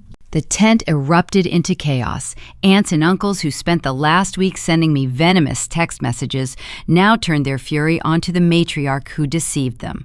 The sheer scale of the theft was undeniable, projected in black and white for the entire community to witness. Jessica stared at the screen, her mouth opening and closing as she tried to process the figures. Derek looked at the bank statements, his eyes wide with horror.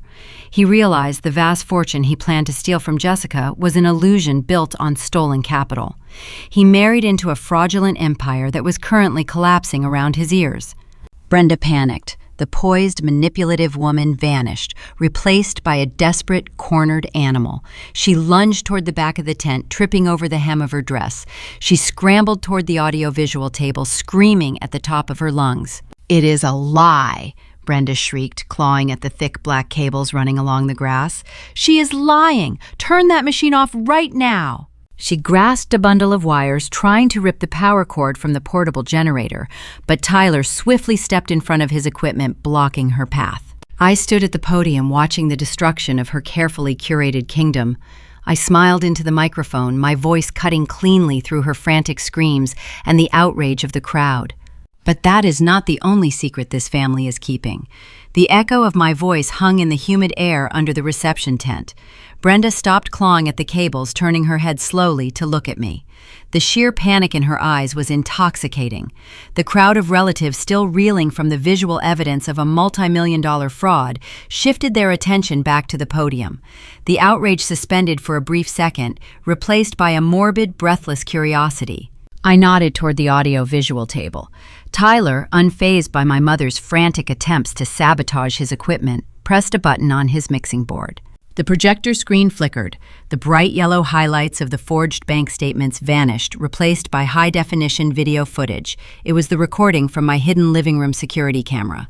The timestamp displayed a Tuesday afternoon, 12 days ago. The audience watched as Derek and Jessica lounged comfortably on my custom velvet sofa. They saw Derek pour a glass of my expensive bourbon and hand it to my sister. They saw the relaxed, intimate posture of two people who had thoroughly made themselves at home in my sanctuary. Aunt Susan let out a sharp gasp, pressing a hand to her chest. The visual confirmation of the affair taking place under my own roof sent a fresh wave of disgust rippling through the plastic folding chairs. But I did not let the video play out. The visual was merely context, a brief appetizer to establish the setting and the depth of their comfort. I raised my hand, signaling the technician again. The video feed cut to a stark black screen. A vibrant green digital audio waveform appeared in the center, pulsing silently in anticipation. "What you are about to hear," I stated into the microphone, my tone stripped of any emotion, "is a conversation recorded just 3 nights ago at a local sports bar. Derek was having drinks with his best man, Jason. Derek drank too much. He started talking about his impending marriage, and Jason felt compelled to turn on the voice memo application on his phone. Derek shot up from his chair at the sweetheart table. The metal legs of his seat scraped violently against the grass. His face, already pale from the financial revelations, contorted into a mask of pure terror. He knew exactly what he said that night. He took a step toward the projector, but his legs trembled so violently he could barely walk. Tyler hit play. The background noise of a busy tavern crackled through the large park speakers. The clinking of beer glasses and the muffled cheers of a televised football game provided the ambient track. Then Derek spoke.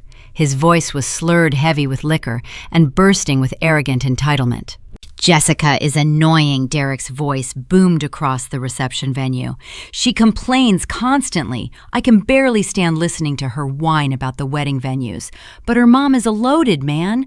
Brenda controls the entire family estate."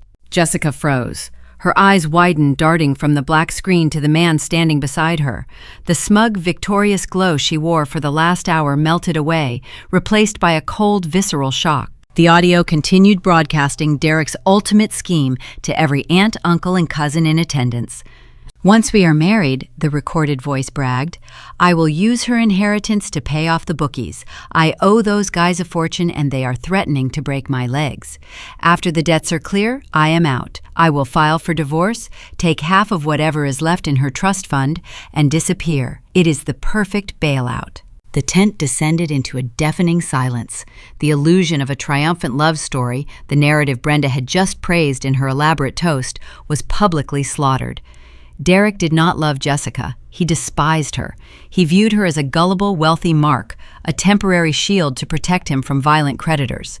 Jessica stared at Derek, her breath hitching in her throat. She looked like she had been physically struck. But the recording was not over. "You see," I said, leaning closer to the microphone. Derek thought he was the mastermind. He thought he was playing a brilliant game of chess. But a parasite always searches for a host, and sometimes 2 parasites find each other. The audio file on the screen transitioned. The background noise of the sports bar remained, but a new sound emerged, a harsh electronic ringing tone. Derek had received a phone call during his conversation with Jason. The audio captured the rustling of fabric as Derek pulled the device from his pocket. Wanting to prove a point to his friend about how easily he could manipulate the situation, Derek put the caller on speakerphone. Jessica's voice erupted from the park speakers. It was not the sweet, curated tone she used for her social media videos. It was sharp, calculating, and vicious. "Derek, where are you?" the recorded version of my sister demanded. "You need to sign the vendor contracts tomorrow morning." "I am busy," Derek's voice replied defensively. "I am figuring out how to handle the guys I owe money to. They are getting aggressive." "Then do exactly what I told you to do," Jessica snapped through the speakerphone. "I know you owe 80 grand to an offshore syndicate. You slipped up and left your betting ledgers on the kitchen counter last month." A collective intake of breath swept through the wedding guests. Jessica knew. She had known about the staggering debt the entire time. "If you back out of this wedding," Jessica's recorded voice continued dripping with malice, "I will call those bookies myself. I will give them the address to your mother's house. I will tell them exactly where to find you. But if you dump Rosie, if you marry me and make me look like the winner, I will write the check. My mother controls the estate trust. We have millions. I will pay off your debt and you will give me the perfect wedding. We have a deal? Do not test me." The audio file ended with a sharp digital click. The black screen faded, leaving the tent bathed in the suffocating heat of the late afternoon. The truth hung in the air, a heavy toxic fog that choked the life out of the celebration. They were not two star-crossed lovers fighting against a jealous older sister. They were co-conspirators in a transactional nightmare. Jessica blackmailed a desperate man into marriage to satisfy her fragile ego. Derek agreed to the extortion to save his own life, planning to rob her blind and abandon her the moment his debts were settled. They used each other. They deserved each other. The fallout was instantaneous. Jessica let out a guttural, furious scream. She dropped her bridal bouquet, the cheap carnations scattering across the grass, and lunged at her new husband. She shoved him hard in the chest with both hands. Derek stumbled backward, tripping over the edge of the wooden dance floor. "You idiot!" Jessica shrieked, her face contorted with rage. "You told Jason everything. You ruined it." Derek scrambled to his feet, his own anger flaring up to match hers. "You were blackmailing me," he yelled, pointing a shaking finger at her face. "You knew those guys were threatening my life, and you used it to force a ring onto your finger. You are psychotic, and you do not even have the money. Your mother stole it. We are both broke." The physical altercation escalated. Jessica slapped him across the face, the sharp crack echoing loudly. Derek grabbed her wrists, shoving her away. The bride and groom were tearing each other apart in front of a horrified audience, the ivory silk wedding dress now smeared with dirt and grass stains. Aunt Susan had seen enough. She grabbed her purse from the folding table, her face a mask of profound disgust. She did not offer a goodbye. She simply turned her back on the chaos and marched down the center aisle toward the parking lot. The rest of the extended family followed her lead. Uncles, cousins, and lifelong friends stood up in unison.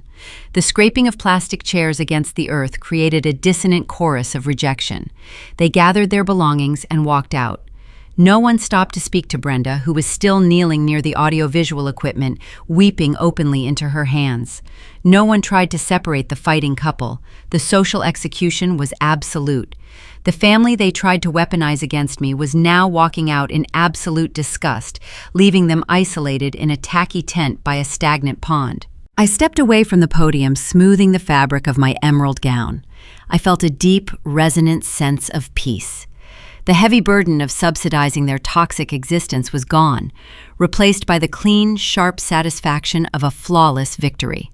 I began to walk toward the exit, navigating around the empty tables and discarded programs. The shouting match behind me reached a fever pitch, Jessica screaming about annulments and Derek yelling about bankruptcy. As I approached the edge of the canopy, the harsh glare of the setting sun was interrupted by a rapid, rhythmic flashing. Through the chaos of the screaming bride and groom piercing the hazy summer twilight blue, and red lights began to flash at the park entrance. The blue and red strobes painted the white canvas of the reception tent in alternating washes of color. Tires crunched over the gravel parking lot, kicking up a thick cloud of dry summer dust. 2 marked police cruisers and a dark, unmarked sedan angled their vehicles to block the main exit. The remaining guests, those stragglers who paused to watch the bride and groom tear each other apart, now hurried their pace, eager to distance themselves from whatever legal catastrophe was unfolding. The chaotic shouting match between Jessica and Derek abruptly halted. The wail of the sirens died, leaving only the low, menacing growl of idling engines. 4 uniformed officers stepped out of the marked cars, hands resting casually near their utility belts. From the unmarked sedan, 2 detectives emerged. They wore crisp, plain clothes that stood in stark contrast to the wilting formal wear of the wedding attendees. The lead detective, a tall man with a severe, unyielding expression, held a manila folder in his left hand. The sight of law enforcement sent a chilling wave of reality through the muggy North Carolina air. They walked with measured, deliberate strides down the grassy incline, bypassing the fleeing relatives. They did not look at the floral arrangements or the overturned plastic chairs. Their eyes scanned the scattered occupants of the tent, searching for a specific target. I stood near the edge of the canopy, holding my clutch purse, watching the culmination of my meticulous planning take physical form. 3 days prior, after securing the digital photographs of the forged will and the authenticated banking records, I sat in the district attorney office. I handed over a mountain of undeniable verified evidence. Financial crimes of that magnitude, especially those involving the exploitation of an estate, move swiftly through the justice system when the paperwork is flawless. The prosecutor did not hesitate. The trap was set, approved by a judge, and scheduled for execution. The lead detective zeroed in on the woman kneeling in the grass near the audio-visual equipment. Brenda was still sobbing, her hands covering her face, mourning the destruction of her carefully curated social empire. She did not notice the officers approaching until the shadows fell over her. Brenda White, the detective, stated his voice, cutting through the sticky heat. He did not phrase it as a question. Brenda looked up, her mascara running in dark streaks down her flushed cheeks. The confusion on her face lasted only a fraction of a second before the instinctual, manipulative defense mechanisms kicked in. She scrambled to her feet, wiping her eyes, attempting to summon the dignified matriarch persona that served her so well within our church community. "Officer, there has been a terrible mistake here," Brenda said, her tone dripping with a faux trembling vulnerability. "My daughter, the one in the green dress, she is disturbed. She hacked into a projector to ruin this beautiful wedding. You need to escort her off the premises." The detective did not blink. He opened the manila folder and pulled out a single sheet of paper stamped with a county seal. "Ma'am, we are not here for a noise complaint," the detective replied. "I have a warrant for your arrest signed by a superior court judge. You are being charged with 2 counts of felony embezzlement, perjury, and elder estate fraud." The words struck her like physical blows. The color drained from her face, leaving a sickly pale sheen. The vintage diamond ring on her finger seemed to mock her sudden destitution. "No!" she shrieked, taking a panicked step backward. "No! That is my money! My husband left it to me! I was protecting it! Turn around and place your hands behind your back!" the detective commanded, signaling to a uniformed officer who stepped forward with steel cuffs at the ready. Brenda panicked. The poised woman who demanded my obedience for 3 decades dissolved into a frantic, cornered animal. She spun toward the sweetheart table, her eyes wide with terror. "Jessica, tell them!" Brenda screamed, her voice cracking. "Tell them I paid for this wedding. Do something. Call a lawyer. Call the mayor. Help your mother." But Jessica did not move to help. The youngest daughter, the golden child who reaped the benefits of every stolen dollar, stood frozen in the dirt. Her ivory silk gown was a ruined, grass-stained mess. The veil hung lopsided from her hair. She stared at her mother, processing the cold, unforgiving math of her new existence. She just signed a legally binding marriage certificate with a man drowning in underworld debt, a man who possessed no wealth, no loyalty, and no future. The millions of dollars she believed she would inherit, the fortune she promised to use to pay off the bookies, belonged to me. The state was about to seize every asset Brenda held. Jessica possessed nothing. She owed everything. The weight of that realization buckled her knees. She sank slowly into the damp earth, the expensive fabric pooling around her in a filthy puddle. She buried her face in her hands, her shoulders shaking with dry, silent sobs. She ignored her mother and the frantic pleas echoing across the lawn, entirely consumed by her own self-inflicted ruin. Derek watched the officers close in on Brenda. The sight of the handcuffs triggered a primal, desperate reaction. He was already out on bail for the breaking and entering charge at my townhouse. He knew the terms of his release dictated strict adherence to the law, and mingling with an active felony arrest while harboring illicit gambling connections meant his freedom was about to expire. He looked at the police cruisers blocking the exit. He looked at Jessica crying in the dirt. The fight-or-flight instinct overwhelmed his rational thought. Derek spun on his heels, abandoning his new bride without a second thought, and sprinted toward the thick tree line bordering the park. "Hey, stop right there!" a uniformed officer shouted. Derek ignored the command, his leather loafers slipping on the damp grass as he pushed his legs to their limits. He made it perhaps 30 yards before the consequences of his actions caught up to him. A younger, faster officer closed the distance with terrifying speed. The officer launched himself forward, wrapping his arms around the waist of the fleeing groom. The impact was brutal. Derek hit the earth face first, a cloud of dust and displaced turf exploding into the air. The officer pinned him down, driving a knee into his back and yanked his arms into a painful bind behind him. The chaotic symphony of the afternoon reached its crescendo. Brenda wailed as the steel cuffs clicked securely around her wrists, the detectives marching her toward the unmarked sedan. Derek cursed into the dirt, tasting the bitter reality of his failed escape. Jessica knelt alone, abandoned by the mother who corrupted her and the husband who used her. I turned away from the wreckage. I walked back down the center aisle, my emerald dress gliding smoothly over the ruined lawn. The minister stood near the edge of the tent, clutching his Bible to his chest, his eyes wide as he watched the arrests unfold. He looked pale, shell-shocked by the sheer magnitude of the deception he just officiated. I stopped in front of him, opened my clutch purse, and extracted a crisp $100 bill. I held it out. He took it with a trembling hand. "Thank you for your services today," I said, keeping my tone polite and even. The entertainment was worth every penny. I left him standing in stunned silence and continued to the gravel parking lot. The intense humidity felt lighter now, the oppressive weight of my family and their toxic gravity finally broken. I opened the door to my sedan, slid into the driver's seat, and started the engine.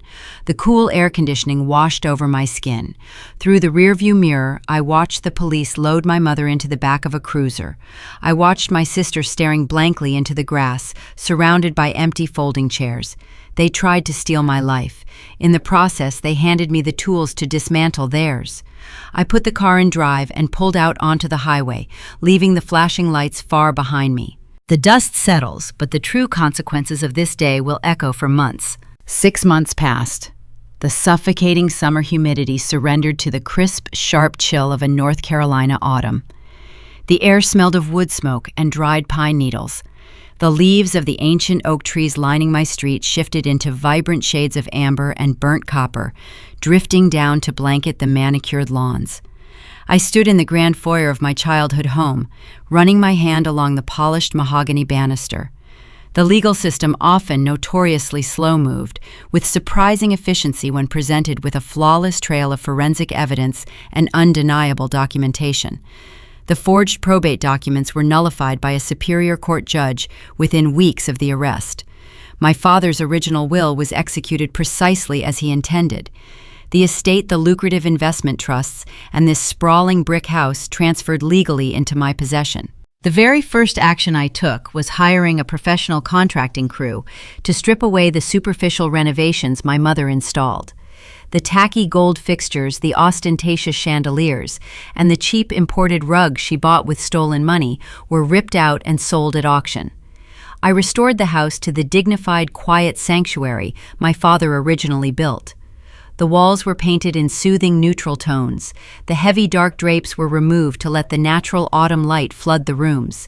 I found my old books, my father's leather armchair, and the vintage artwork that defined my childhood, bringing them back into the light. The house felt pure again. It felt like mine. My professional life mirrored the restoration of my personal world. The senior partners at the financial consulting firm closely reviewed my handling of the corporate sabotage attempt.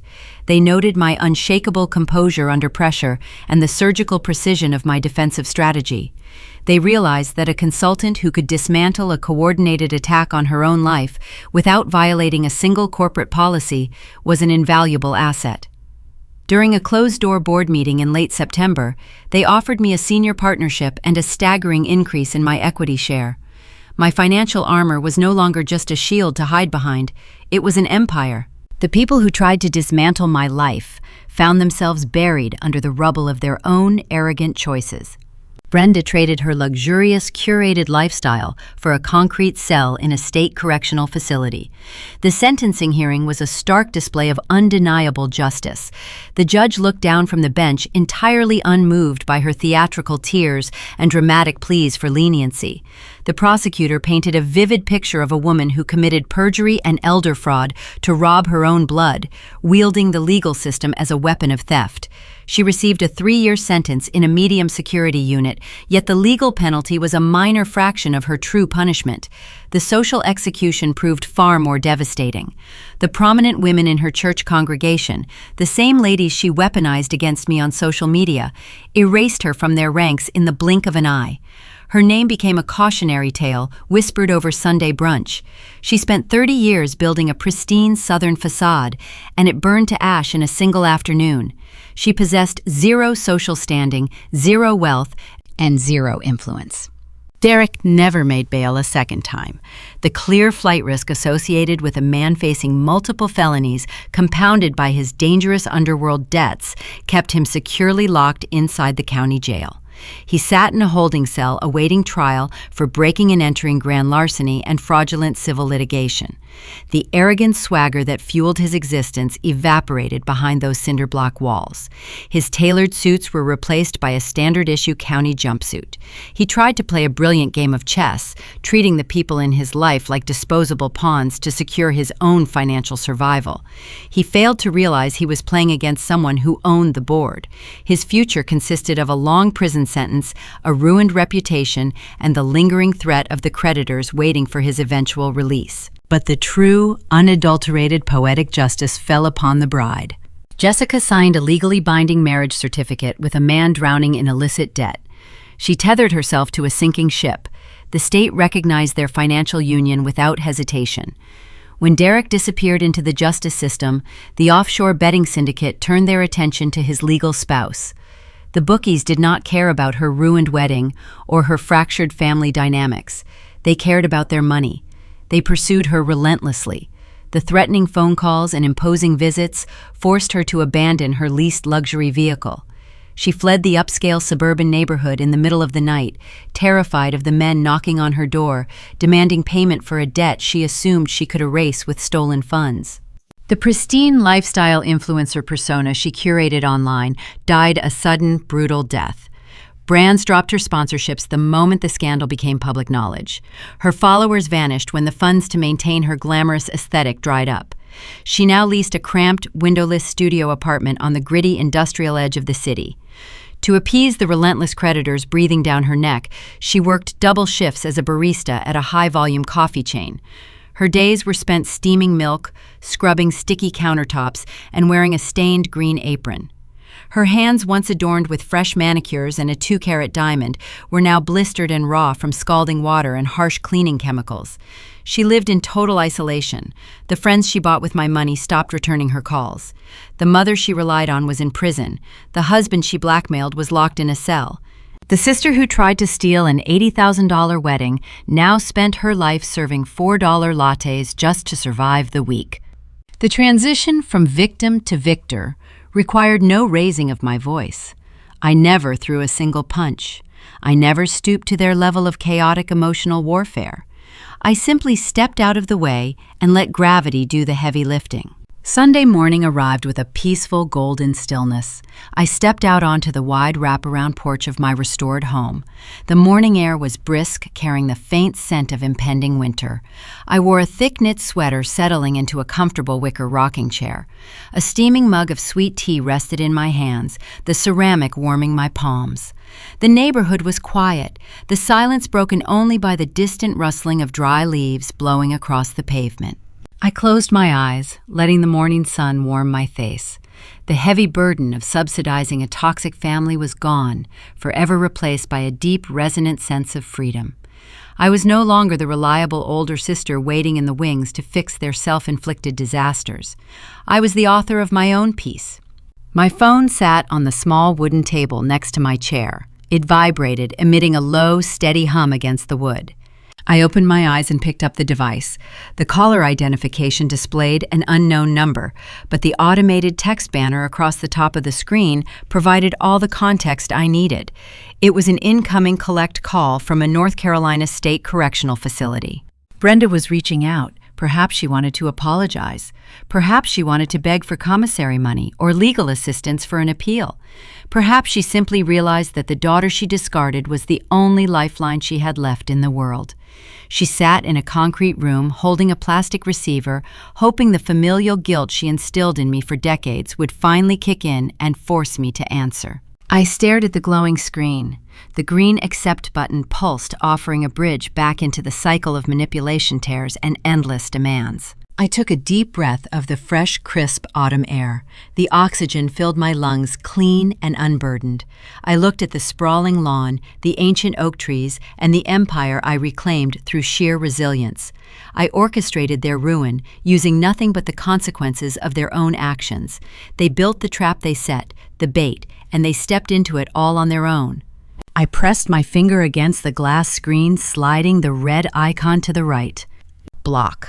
The phone went dark. The vibration ceased. The quiet Sunday morning returned to perfect, unbroken silence. I picked up my mug, took a slow sip of my sweet tea, and smiled.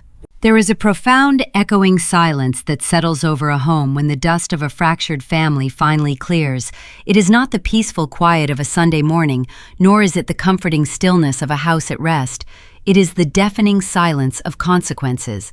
When I reflect on the story of Rosaline, Brenda, Jessica, and Derek, I am struck not just by the theatrical climax of a ruined wedding or the satisfying click of a police handcuff. I am captivated by the deep, invisible roots that allowed such a toxic tree to grow in the first place. This saga is not merely a tale of financial theft or romantic betrayal. It is a dark mirror image reflection of parenting, family responsibility, and the generational inheritance we pass down to our children. In traditional American culture, the family is often heralded as the ultimate sanctuary, a safe harbor from the ruthless transactional mechanics of the outside world. We are taught from a very young age that blood is thicker than water, that parents are the unwavering moral compasses guiding us through the fog of adolescence and adulthood, and that siblings are meant to be our first and most permanent allies. It is a beautiful ideal, one woven into the very fabric of our society. But what happens when the architect of that sanctuary is the one planting explosives in the foundation? What occurs when the people tasked with protecting you are the ones secretly trying to strip you for parts? The poison of partiality. The tragedy of this family did not begin with a forged will or a stolen wedding dress. It began decades earlier, in the quiet, everyday moments of childhood, where the seeds of favoritism were sown and watered by a mother's skewed priorities. Brenda's catastrophic failure as a parent was not just in her active deceit, it was in her fundamental inability to practice fairness. In raising Rosaline and Jessica, she created a classic destructive dichotomy, the reliable workhorse and the fragile golden child. Fairness in parenting does not mean treating every child identically, but it does demand an equitable distribution of emotional support, accountability, and respect. When Brenda consistently demanded that Rosaline foot the bill for Jessica's mistakes, she wasn't just exploiting her eldest daughter's success. She was actively crippling her youngest daughter's ability to function as a capable, independent adult. By insulating Jessica from the natural friction of life, by buying her a curated reality with stolen money, Brenda robbed her of the very tools necessary for survival. We often think of entitlement as an inherent character flaw, but more often than not, it is a learned behavior meticulously taught by parents who refuse to let their children feel the sting of a scraped knee or an empty bank account. Jessica's eventual ruin was practically guaranteed the moment her mother decided that accountability was a burden meant only for someone else. The weight of the truth at the core of long-term guidance for children is the bedrock of honesty. Honesty is not merely the absence of a lie, it is the active, sometimes painful engagement with the truth. Brenda's decision to forge her late husband's will was a colossal legal crime, but the emotional crime was far more insidious. She constructed a reality based entirely on a foundation of sand, forcing her family to live inside a delusion. To raise a child with strong moral fiber, a parent must model integrity, proving that short-term discomfort is always preferable to long-term deceit. Emotional awareness requires us to look at our children and see them for who they actually are, not who we need them to be to serve our own egos. A parent with true emotional awareness would have recognized Derek's predatory nature and shielded her daughter from it.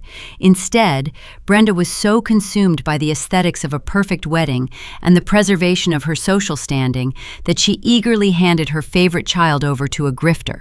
She lacked the emotional intelligence to realize that a marriage built on blackmail and offshore gambling debts is not a triumph of love, but a hostage situation. She sacrificed her daughter's actual future to protect a momentary fabricated image of success. Redefining family responsibility. True family responsibility is a protective force meant to guide children towards self-actualization. It is about equipping them with a moral compass, teaching them the value of an honest day's work, and showing them that true wealth is found in character, not in stolen vintage diamonds. Rosaline's father understood this. He attempted to protect his family by establishing boundaries, dividing his legacy equally, and legally binding his wife from seizing total control. He tried to teach them that inheritance is a tool for the future, not a slush fund for superficial validation. Yet the burden of maintaining that responsibility was unfairly shifted entirely onto Rosaline's shoulders. The parentification of a child, forcing them to become the emotional and financial anchor for their own parents and siblings, is a profound subversion of the natural family structure. It demands that a child forfeit their own peace to manage the chaos created by the adults in the room. Rosaline survived because she was fiercely intelligent and built her own impenetrable armor, but she should never have been placed on a battlefield against her own mother. A child's success should be a source of parental pride, not a resource to be plundered. We watch these stories unfold, captivated by the drama and the delicious execution of poetic justice. But if you look closely, past the shattered patio doors and the canceled caterers, you will find a stark warning about the legacy we leave behind. The consequences of our parenting do not simply vanish when our children turn 18. They echo for generations, shaping the way they love, trust, and survive. If you find yourself captivated by these deep dives into the complex, often dark psychology of family dynamics and the sweet, calculated delivery of justice, make sure you follow the channel Morning Revenge. We explore the stories where truth finally breaks through the illusion, proving that karma is rarely an accident. It is usually orchestrated. As for Rosaline, she sits on her porch, breathing the crisp autumn air, having surgically removed the disease from her life.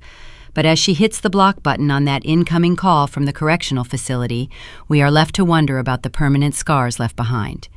When you have to burn down your own family tree to save yourself, what happens to the roots?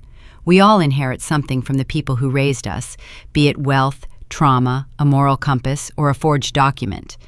The ultimate question is not just what we were given, but what we will choose to do with it when the truth finally comes to light. Look closely at your own reflection tonight. Are you the master architect of a sanctuary, or are you just waiting for the alarm to ring